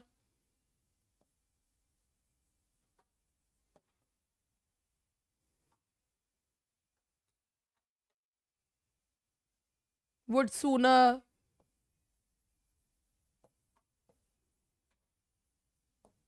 ऐसे जो प्राइमरी मॉडल ईडियम्स हैं जिनमें एक कंपैरेटिव हम ऐड कर देते हैं, उन्हें कंपैरेटिव मॉडल्स कहा जाता है। जैसे हैड बेटर, ये मॉडल ईडियम्स हैं, मतलब ये होते तो इकट्ठे मगर ये किससे बनते हैं? मॉडल के साथ कंपैरेटिव डिग्री लगा देते हैं।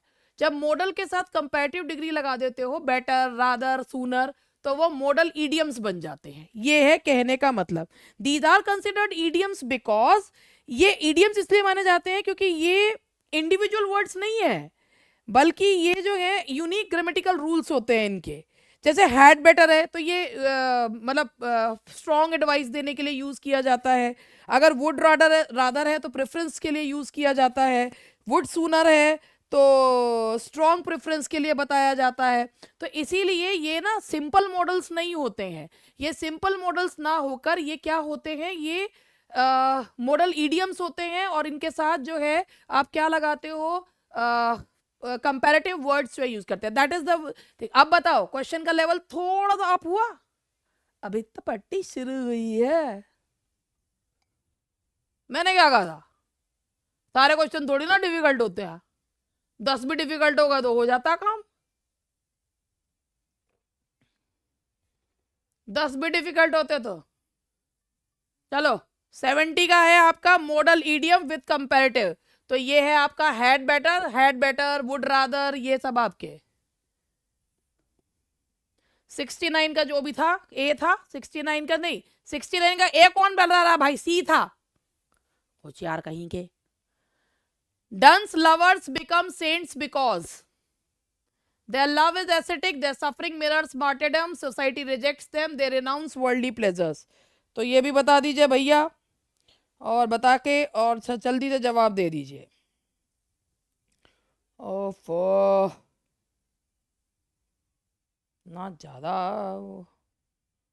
कौन सा क्वेश्चन पे आ गए हम, 71 पे।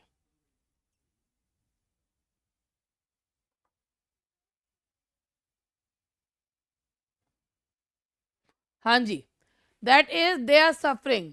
70 का बताया तो बहिन, 70 का तो ये जो है, ये इतना लंबा चौड़ा इसका वो दिया था, मॉडल ईडियम विद कंपैरेटिव। अब ये मत पूछ ले, उसको एक्सप्लेन भी कर दो, क्योंकि अभी मैंने बहुत थोड़ी देर पहले पूरा इसको करा है। 71 है, that is B, their suffering mirrors martyrdom, that's B. Lamb's essay ends with the revelation that the children, Lamb's essay symbolize Lamb's regret, बिल्कुल सही बात है। लैम्प का ये ऐसे फुल ऑफ रिफ्लेक्शन है। इसके अलावा इस ऐसे को पढ़कर हम भी बहुत सेंटिमेंटल हो जाते हैं, सेंटी तो हम हैं ही, और जो सेंटी होते हैं वो मेंटल तो अपने आप ही होते हैं। क्या कह सकते हैं दोस्तों इस बारे में, कुछ नहीं कह सकते हैं दोस्तों। तो इसीलिए इसका जो है जवाब है symbolize Lamb's regret for unfulfilled desire. तो ये हो गया आपका 72 का ए। और अब जरा 73, on is blindness is structured as, 71 का ए। तुम मुझे पीछे ले जाओ बार बार, तुम मुझे आगे ना बढ़ने देना बिल्कुल भी। अच्छा, उनका प्रेम जो है वो एस्थेटिक होता है, ओ हो, वो बहुत बड़े जो हैं वो उनको है ना, वो बहुत बड़े एस्थेटिक हैं। हाँ, दे आर सफरिंग मिरर्स मार्टेड, वो कहते हैं हमें लोग जीने नहीं दे रहे, हमें हमारे को प्यार नहीं करने दे रहे, जब देखो तब हमें देखते रहते हैं, हम उतनी सफरिंग्स जो हैं वो झेल रहे हैं जैसे मार्टियर झेलते हैं। हाँ नहीं तो एस्थेटिक किसे कहते हैं बताइए जरा, एस्थेटिक किसे कहते हैं, बताओ बताओ, एस्थेटिक किसे कहते हैं? सन्यासी, वो सन्यासी हो रखे हैं। Their love is not aesthetic, संत नहीं है वो बेचारे बड़े सफरिंग में हैं। कहां पहुंच गई थी मैं, ऑन इज ब्लाइंडनेस का बता दो चलो। 73 ऑन इज ब्लाइंडनेस, और ये है आपका Italian sonnet with volta in middle. हाँ जी, ऑन इज ब्लाइंडनेस जो है वो इटालियन सोनेट है, पेट्रियार्कन सोनेट, यानी कि पेट्रियार्कन सोनेट है। और वोल्टा का मतलब होता है टर्न ऑफ थॉट, तो टर्न ऑफ थॉट जो होता है ना, ये इटालियन सोनेट विद वोल्टा है। वोल्टा का मतलब क्या होता है, देखो एक होता है सिज्यूरा जिसे पॉज कहते हैं, जो पहली 8 लाइन होती है ना वो क्वेश्चन पूछती है, जो नीचे की 6 लाइन होती है वो जवाब देती है, जैसा आपका विचार परिवर्तित होते हैं उसे वोल्टा कहते हैं। तो पहली 8 लाइन में ही इज कंप्लेनिंग, लास्ट की 6 लाइन में ही जो है ना सरेंडर्स, तो वोल्टा जो है वो विचार चेंज होते हैं, तो इसीलिए Italian sonnet with volta in middle, तो दैट इज बी। ठीक। The holy light in Paradise Lost invokes, the holy light कौन है, डिवाइन इल्यूमिनेशन, पैगन म्यूज नहीं है, रोमन या म्यूज नहीं है, क्रिश्चियन म्यूज है। ये पढ़ाते हुए मैंने बताया भी है, divine illumination distinct from pagan muses, divine illumination distinct from pagan muses. Identify the tense, if he should come tell him to wait,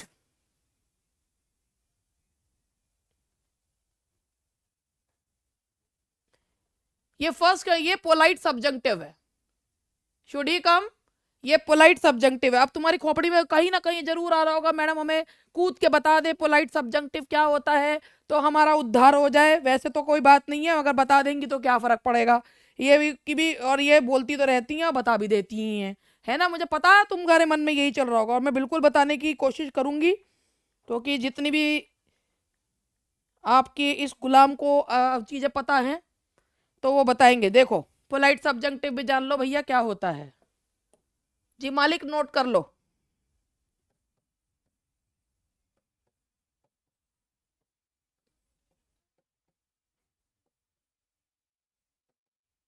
अगर तुमने पीछे से अगर कुछ भी उल्टा सीधा बोला या लिखा ना, ठीक है ना, तो फिर मुझे दिखेगा नहीं, ठीक है।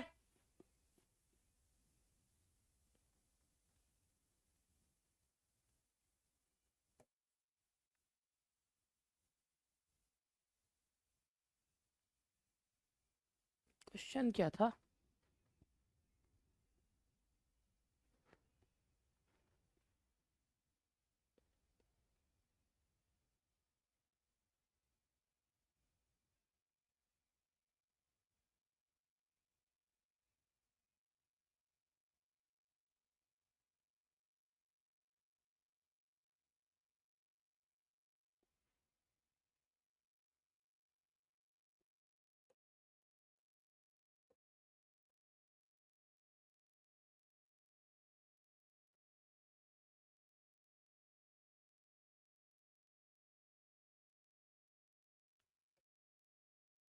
आफ्टर वर्ब्स ऑफ सजेशन,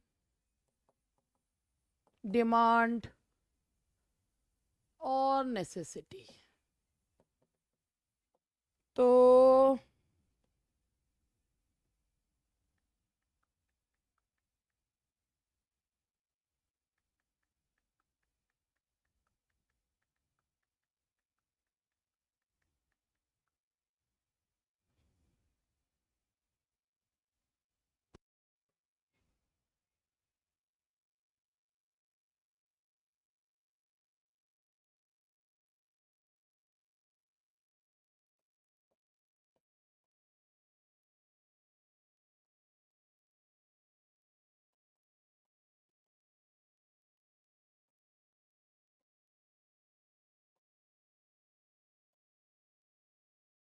देखो भाई, पोलाइट सब्जेक्टिव जैसे आपको मैंने बताया है ना, वो जो बेसिकली है I suggest that he be there, वो वाला मैंने आपको बताया है, I suggest that he be there, और वर्ब्स ऑफ सजेशन वगैरह। तो यहाँ पर जब हम शुड लगाते हैं ना, तो शुड जो होता है वो फॉर्मल और पोलाइट वो बनाने के लिए किया जाता है। तो इसीलिए यहाँ पर ये जो है, यहाँ पर ये if he should come tell him, तो यहाँ पर ये ना शुड जो है, should he come tell him to wait भी हो सकता है। तो ये चीज जो है पोलाइट सजेशन के लिए है, पोलाइट रिक्वेस्ट के लिए है। रिक्वेस्ट इज ऑलवेज पोलाइट, तो that is why polite subjective. जब वर्ड्स ऑफ सजेशन होते हैं उनके बाद जो होता है वो हम क्या लगाते हैं, वो सब्जेक्टिव केस का यूज किया जाता है I suggest that, that clause के बाद। तो इसीलिए ये पोलाइट सब्जेक्टिव है। आप लोगों ने कैसे नोट कर लिया हो, ना कराओ तो नोट कर लीजिए, कर लो।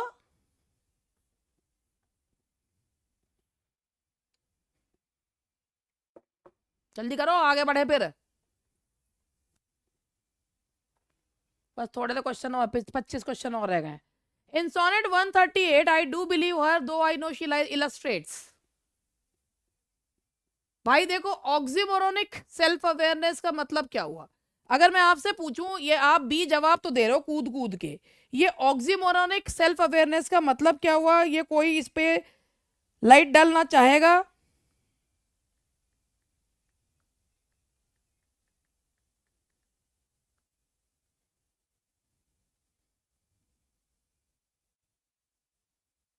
देखो, आई do believe her though I know she lies, इस पहले ये इसका आंसर बी ही है, बट लेट मी जो है इसको ये है, having a contradictory, having a contradictory understanding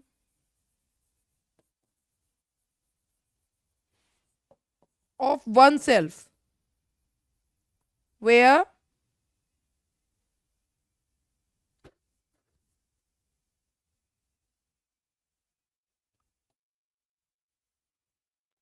seemingly opposite traits coexist। ये है इसका मतलब।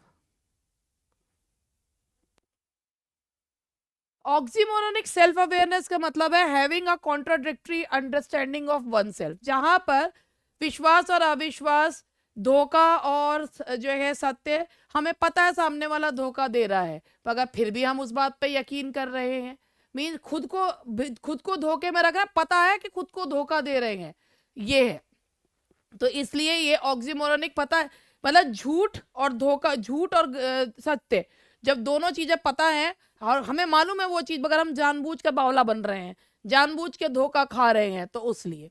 तो having a contradictory understanding of oneself where seemingly opposite traits coexist. वाकई में मैंने बहुत गंदी हैंडराइटिंग में लिखा, मगर लिखा मैंने ऐसे ही, है ना। तो ये है having a contradictory understanding of oneself where seemingly opposite traits coexist. It means जब आपने कि जानबूझ के धोखा खा रहे हैं, है ना, तो वो जो है that is we called oxymoronic self awareness. चलो,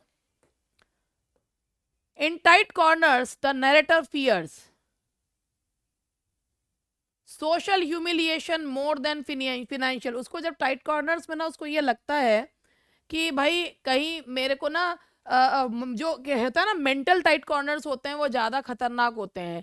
कि जैसे वो मेंटल टाइट कॉर्नर्स उसमें था ना 3 इडियट्स में, जब वो जो है खाली लिफाफा लेके पहुंच जाते हैं और लिफाफा खुल जाता है, तो वही चीज़ है कि social humiliation more than financial. कि जो लोग बेशरम होते हैं ना, उन्हें तो कोई फर्क ही नहीं पड़ता, लेकिन जब इंसान ना बहुत ज़्यादा सोसाइटी के डर से जो है कई चीज़ें करता चला जाता है, तो मेंटल टाइट कॉर्नर्स जो है वो आ जाते हैं। कंटपुरा इंटरवीव्स नेशनल स्ट्रगल विद वैदिक मिथ एंड लोकल फोकलोर। बिल्कुल सही जवाब है। ये जो है बिल्कुल ऐसा लग रहा है जैसे कि स्थल पुराण की कहानी की तरह इसको कहा गया है, फोकलोर की तरह कहा गया है। Identify the device, we die and rise the same and prove mysterious by this love.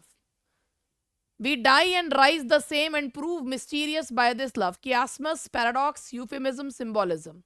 तो इसमें कौन सा सही जवाब है?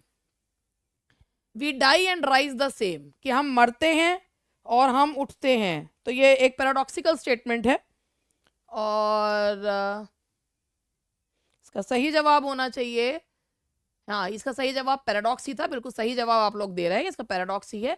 कि एंड प्रूव मिस्टीरियस, कि मरने के साथ ही जब रहस्यमय होगा। हाँ बिल्कुल सही जवाब है, that is paradox. Which is true about sonnet 29 स्ट्रक्चर। सोनेट 29 का स्ट्रक्चर बताइए। The couplet contradicts the quatrain, it breaks the, अगर हम इसके सोनेट 29 का स्ट्रक्चर,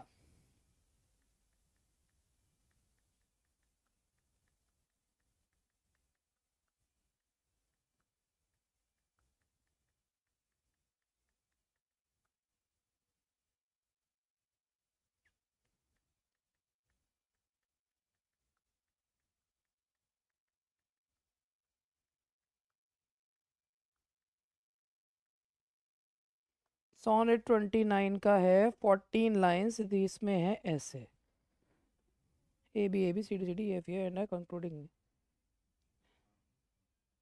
इसमें क्या है? इसमें क्या है? The couplet contradicts the quatrain, the volta appears before the couplet contradicts the quatrain.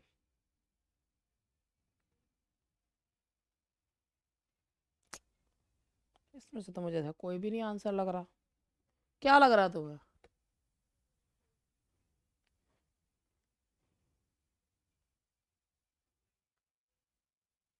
अच्छा अच्छा अच्छा, इसका है, हाँ इसका पता है क्या है, इसका बताती हूँ,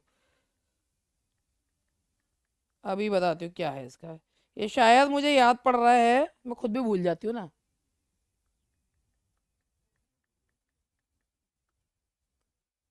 नहीं नहीं, कॉन्ट्रडिक्टरी नहीं है। इसका वो है वोल्टा, टर्न ऑफ थॉट था ना इसका। इसका वोल्टा जो है, वोल्टा अकर्स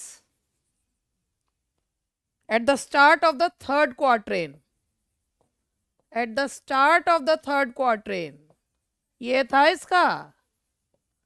ये शायद ये पढ़ाते हुए बताया भी है, ये वाली चीज 9th लाइन में आ गया था, कपलेट से पहले था। तो ये सोनेट 29 में जो जो वो चेंज हुई थी उसका, हाँ जो चेंज हुआ था ना, थॉट चेंज हुआ था, वो थर्ड क्वार्टर यानी कि 9th लाइन में आ गया था।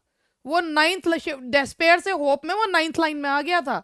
तो वोल्टा जो है वो होना चाहिए था 8th उसमें, और at the start of the third quarter with the key volta. तो है ना, culminating in the final couplets, तो ये जो है एट द स्टार्ट, उससे पहले ही आ गया था वो, उससे पहले ही आ गया था, तो इसीलिए the volta appear before the couplet, the volta appears before the couplet है, ये इसका मतलब व्हाट इज ट्रू अबाउट पूछा गया है, तो volta appears before the couplet 9th line में आ गया था ना, तो दैट इज सी। चलो आगे बढ़ते हैं। Letter writing principle you attitude means, you attitude का बताइए, writing from the reader's perspective, ये बता रहे हैं बी, और इसका सही जवाब होना चाहिए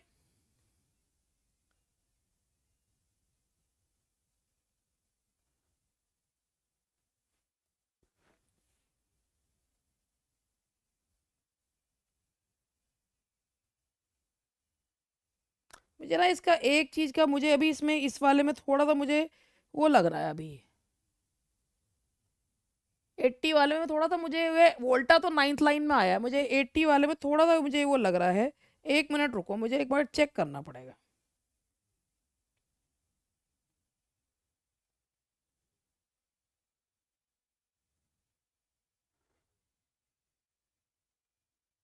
यही लग रहा है 30 का सी, 80 का सी। देखते हैं, सही है, सही है, सही है, मैं क्यों ज्यादा कंफ्यूज हो रही हूँ, सही है, सही है।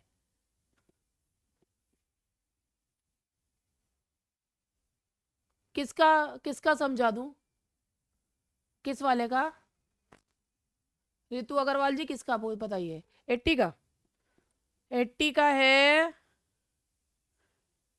द कपलेट कॉन्ट्रडिक्ट्स, ये नहीं, ये एक्चुअली इसमें ना ये केवल ये पूछा गया है कि which is true about sonnet 29 structure, तो इसमें ये पूछा गया है कि इसमें it breaks the English sonnet form, तो ये सच सच पूछा गया है, तो सच इसमें ये पूछा है कि इसमें से इस 29 के स्ट्रक्चर में सही क्या है, तो कपलेट कॉन्ट्राडिक्ट नहीं कर रहा है, कॉन्ट्राडिक्ट का मतलब ये होता है कि जो क्वार्टरेंस कह रहे हैं कपलेट उससे उल्टा चल रहा है, नहीं, क्वार्टरेन में अगर कोई चीज कही गई है तो कपलेट उसको रेजोल्यूशन प्रोवाइड कर रहा है, तो यहाँ पर ये जो है कॉन्ट्रोडिक्ट नहीं कर रहा है, वोल्टा जो है वो कपलेट के पहले आ रहा है, ये बिल्कुल सही बात है, कपलेट आता है जो 13th एंड 14th लाइन है, और जो चेंज ऑफ थॉट है वो 9th लाइन में आ गया है, तो ये वाला पॉइंट इसमें सही है, स्पेंसेरियन चेंज है, ये यूज ही नहीं कर रहा है, तो ये ए बी और डी गलत है और सी सही है।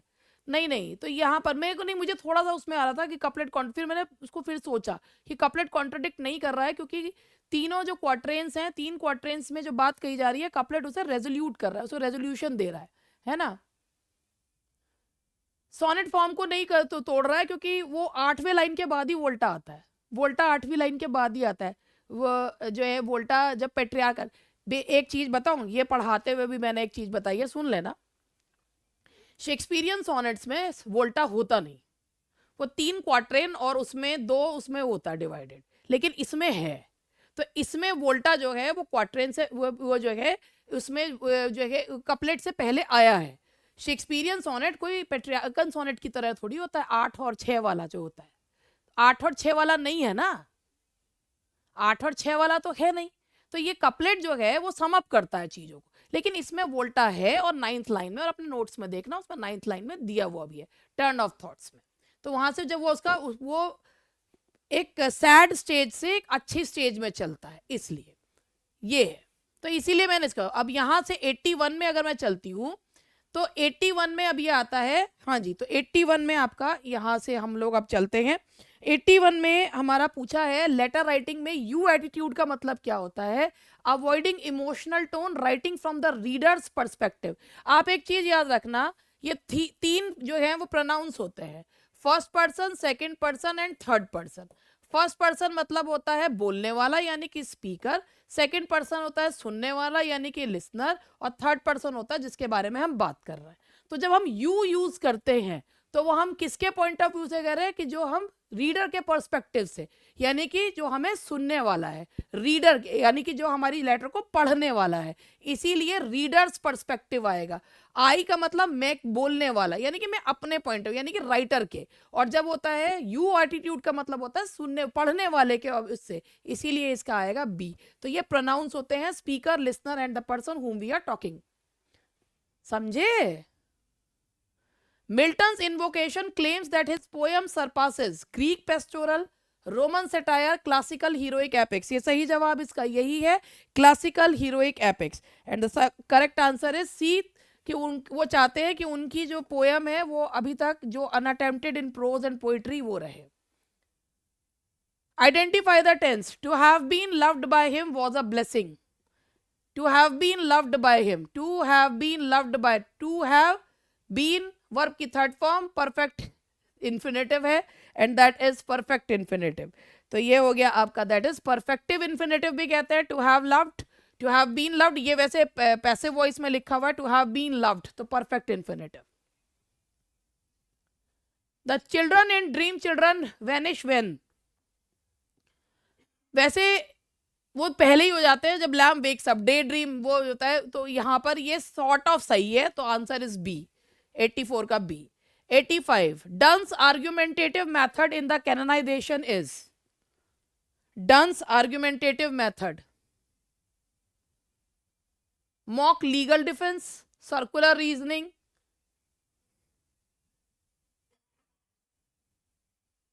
Dunn's argumentative method in the canonization is deductive syllogism, circular reasoning, mock legal defense, rhetorical catechism.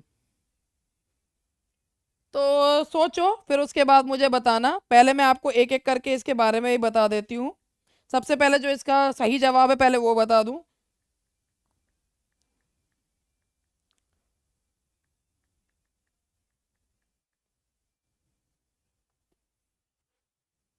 देखो, सही जवाब का नहीं, मैं आपको इस से एक एक करके बता रही हूँ। डिडक्टिव सिलोजिज्म का मतलब होता है logical argument, logical argument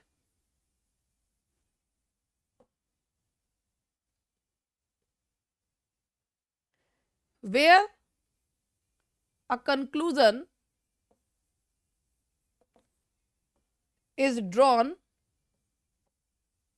from two general premises. ठीक, उसके बाद जो होता है, मैम मीनिंग अभी मैं बोलने वाली थी, फिर पता था आप बता देंगे, दी तुक्का, क्योंकि क्वेश्चन ए लगाया बट मीनिंग। डिडक्टिव सिलोजिज्म का मतलब ये होता है कि if the premises are true and the structure is valid, the conclusion must be true. जैसे हम बोलते हैं all humans are mortal, Socrates is a human. अगर हम दो चीजों पे देखो, डिडक्टिव सिलोजिज्म का ऐसे मानो, अगर हम बोलते हैं सभी ह्यूमंस मोर्टल है और सोक्रेटिस ह्यूमन है, इसका मतलब ये है कि सोक्रेटिस भी मोर्टल है, तो ये कंक्लूजन निकल के आता है, यानी कि दोनों के दोनों चीजें सत्य होनी चाहिए। तो ये होता है डिडक्टिव सिलोजिज्म। ठीक है, उसके बाद हम बात करते हैं सर्कुलर रीजनिंग की। तो सर्कुलर रीजनिंग जो है, ये भी समझ लो कि क्या होता है, सर्कुलर रीजनिंग क्या होता है। तो सर्कुलर रीजनिंग का मतलब होता है इनफॉर्मल लॉजिकल फैलेसी, जहां पर एरर जो है वो आर्ग्यूमेंट में होता है। सर्कुलर आर्ग्यूमेंट्स जो होते हैं वो लॉजिकली इनवैलिड होते हैं, क्योंकि उनका कोई कंक्लूजन नहीं निकलता। सर्कुलर रीजनिंग का मतलब होता है, जैसे इसका एग्जांपल जो है, सर्कुलर रीजनिंग का एग्जांपल से समझाती हूँ मैं आपको। A is true because B is true, B is true because A is true. तो यहाँ पर ये एक चीज यहाँ पे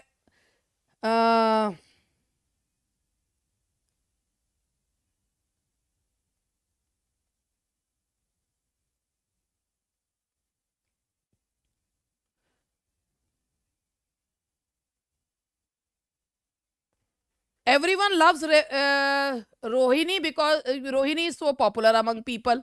तो A is true because B is true, ये सर्कुलर रीजनिंग होती है। तो ये ना एरर इन आर्ग्यूमेंट होता है, ये एरर इन आर्ग्यूमेंट होता है।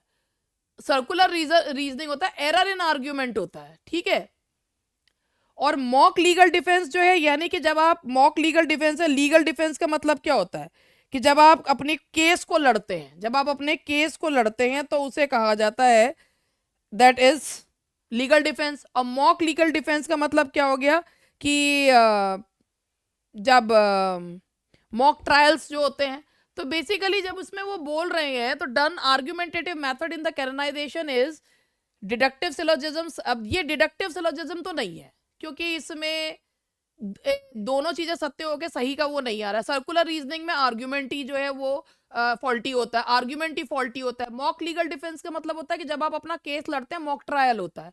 और अगर हम इसे लास्ट वाला देखते हैं, रिटोरिकल कैचेसिज्म देखते हैं, वो भी हम लोग देख लेते हैं कि ये चीज क्या होती है।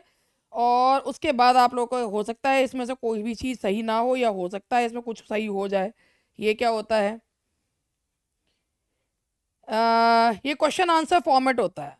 To explain the principles of rhetoric, how to write and speak persuasively. तो रिटोरिकल कौन सा होना चाहिए इसमें, कौन सा होना चाहिए, सी होना चाहिए। वो अपने केस को लड़ तो रहे हैं, मगर इसमें सही क्या होना चाहिए। तो यहां पर मेरे को, लेट मी चेक दिस, फिर उसके बाद मैं आप लोगों को ये चीज बताऊंगी, पहले मैं इसको चेक कर लूं।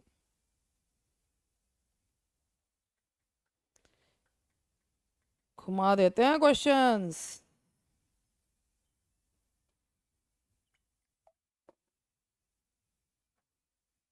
देखो, इसका मैंने जो चेक करा, इसका सही आंसर क्या है, इसका सही जवाब सी ही है। क्यों है, क्योंकि कैनेडाइजेशन में कोर्ट रूम डिफेंस की तरह बात कर रहे हैं, कोर्ट रूम डिफेंस की लॉजिक्स दे रहे हैं ना, अपने एंटिसिपेट कर रहे हैं चार्जेस अगेंस्ट लव, वो जस्टिफाई कर रहे हैं love is harmless to society, वो प्रोनाउंस कर रहे हैं वर्डिक्ट बाय डिमांडिंग कैनोनाइजेशन, वो कह रहे हैं भाई हमें तो संत घोषित कर दिया जाना चाहिए। तो इसका सही जवाब है mock legal defence.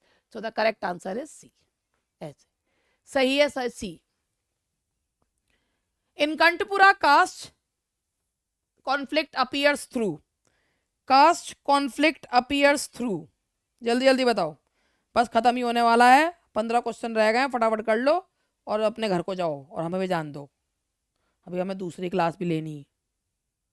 मूर्तिज association with परियास, बिल्कुल सही जवाब है आपका, कि मूर्ति जब वो यहाँ पे क्लास कॉन्फ्लिक्ट उत्पन्न तब होती है कि जब जो है मूर्ति जो है वो परियास के साथ जो है जाकर बैठ के बातचीत करने लगता है, तो उसे सोशली आउटकास्ट जो है घोषित कर दिया जाता है। Identify the tense, he might have been being cheated, and the answer is perfect continuous passive है, ये परफेक्ट कंटिन्यूअस पैसिव है, he might have been being cheated, ये सही जवाब है। परफेक्ट कंटिन्यूअस पैसिव है ये वाला है, he might have been being cheated, someone might have cheated him, तो he might have been being cheated. So सही जवाब है A. Justify the ways of God to man, हाँ बिल्कुल सही जवाब है आपका। चलिए, बहुत खुशी की बात है, आप जो है आजकल सोक्रेटिस होती जा रही हैं Priyanka ji. Milton justify the ways of God to man implies rational theodicy, refutation of atheism, secular moralizing, appeal to political authority. वहाँ भाई ए बी सी डी सारे आ रहे हैं मेरे पास, तो इसका सही जवाब है अ rational theodicy. Justify the ways of God का मतलब यहाँ पर ये है कि भाई भगवान की के जो भगवान जो करता है वो सही करता है, ये अपनी बुक के थ्रू कि थियोक्रेसी, थियोडिसी, भगवान के किए हुए कृत्य को सही ठहराना। So the answer is a rational theodicy.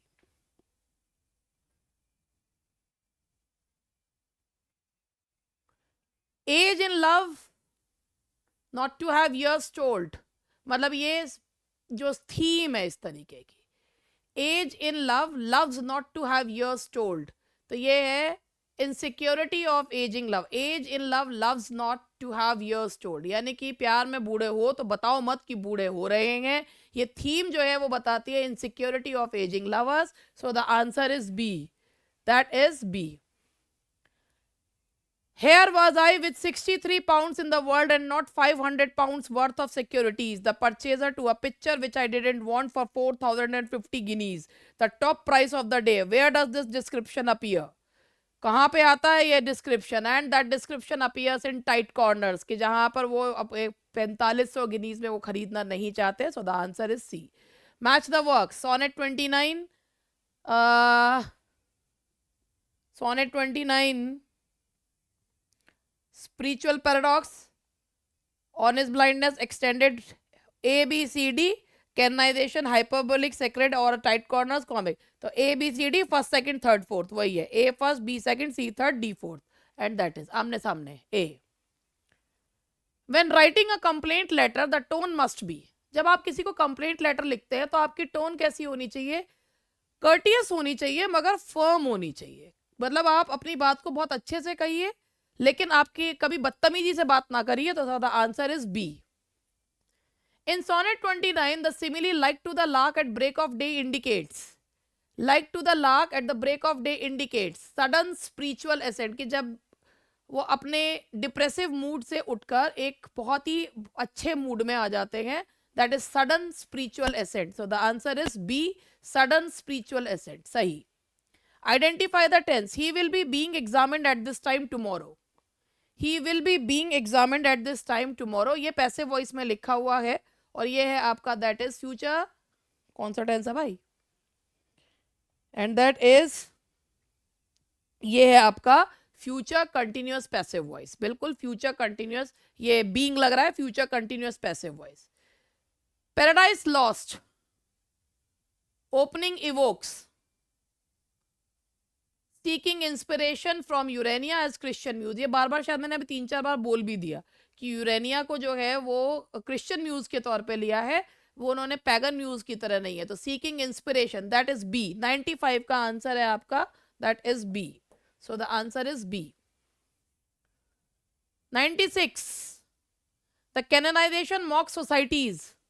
Obsession with politics, commerce and wealth. Obsession with politics, commerce and wealth. वो कहता है कि भाई इन सब चीजों में रहो, मेरे पीछे क्यों पड़े हुए हो. तो that is A, obsession with politics, commerce and wealth. So the answer is ए.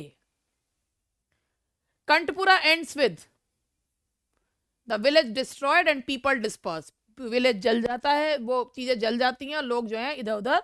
काशीपुरा जो है. Identify the tense. I wish I had known this earlier. Wish plus past perfect. अगर न्यू होता तो पास्ट सिंपल होता, तो दैट इज बी.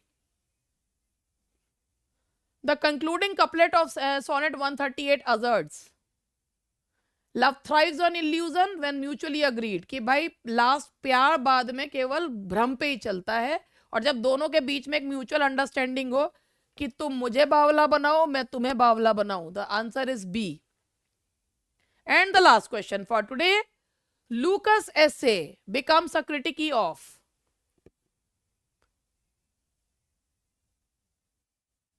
क्या होना चाहिए?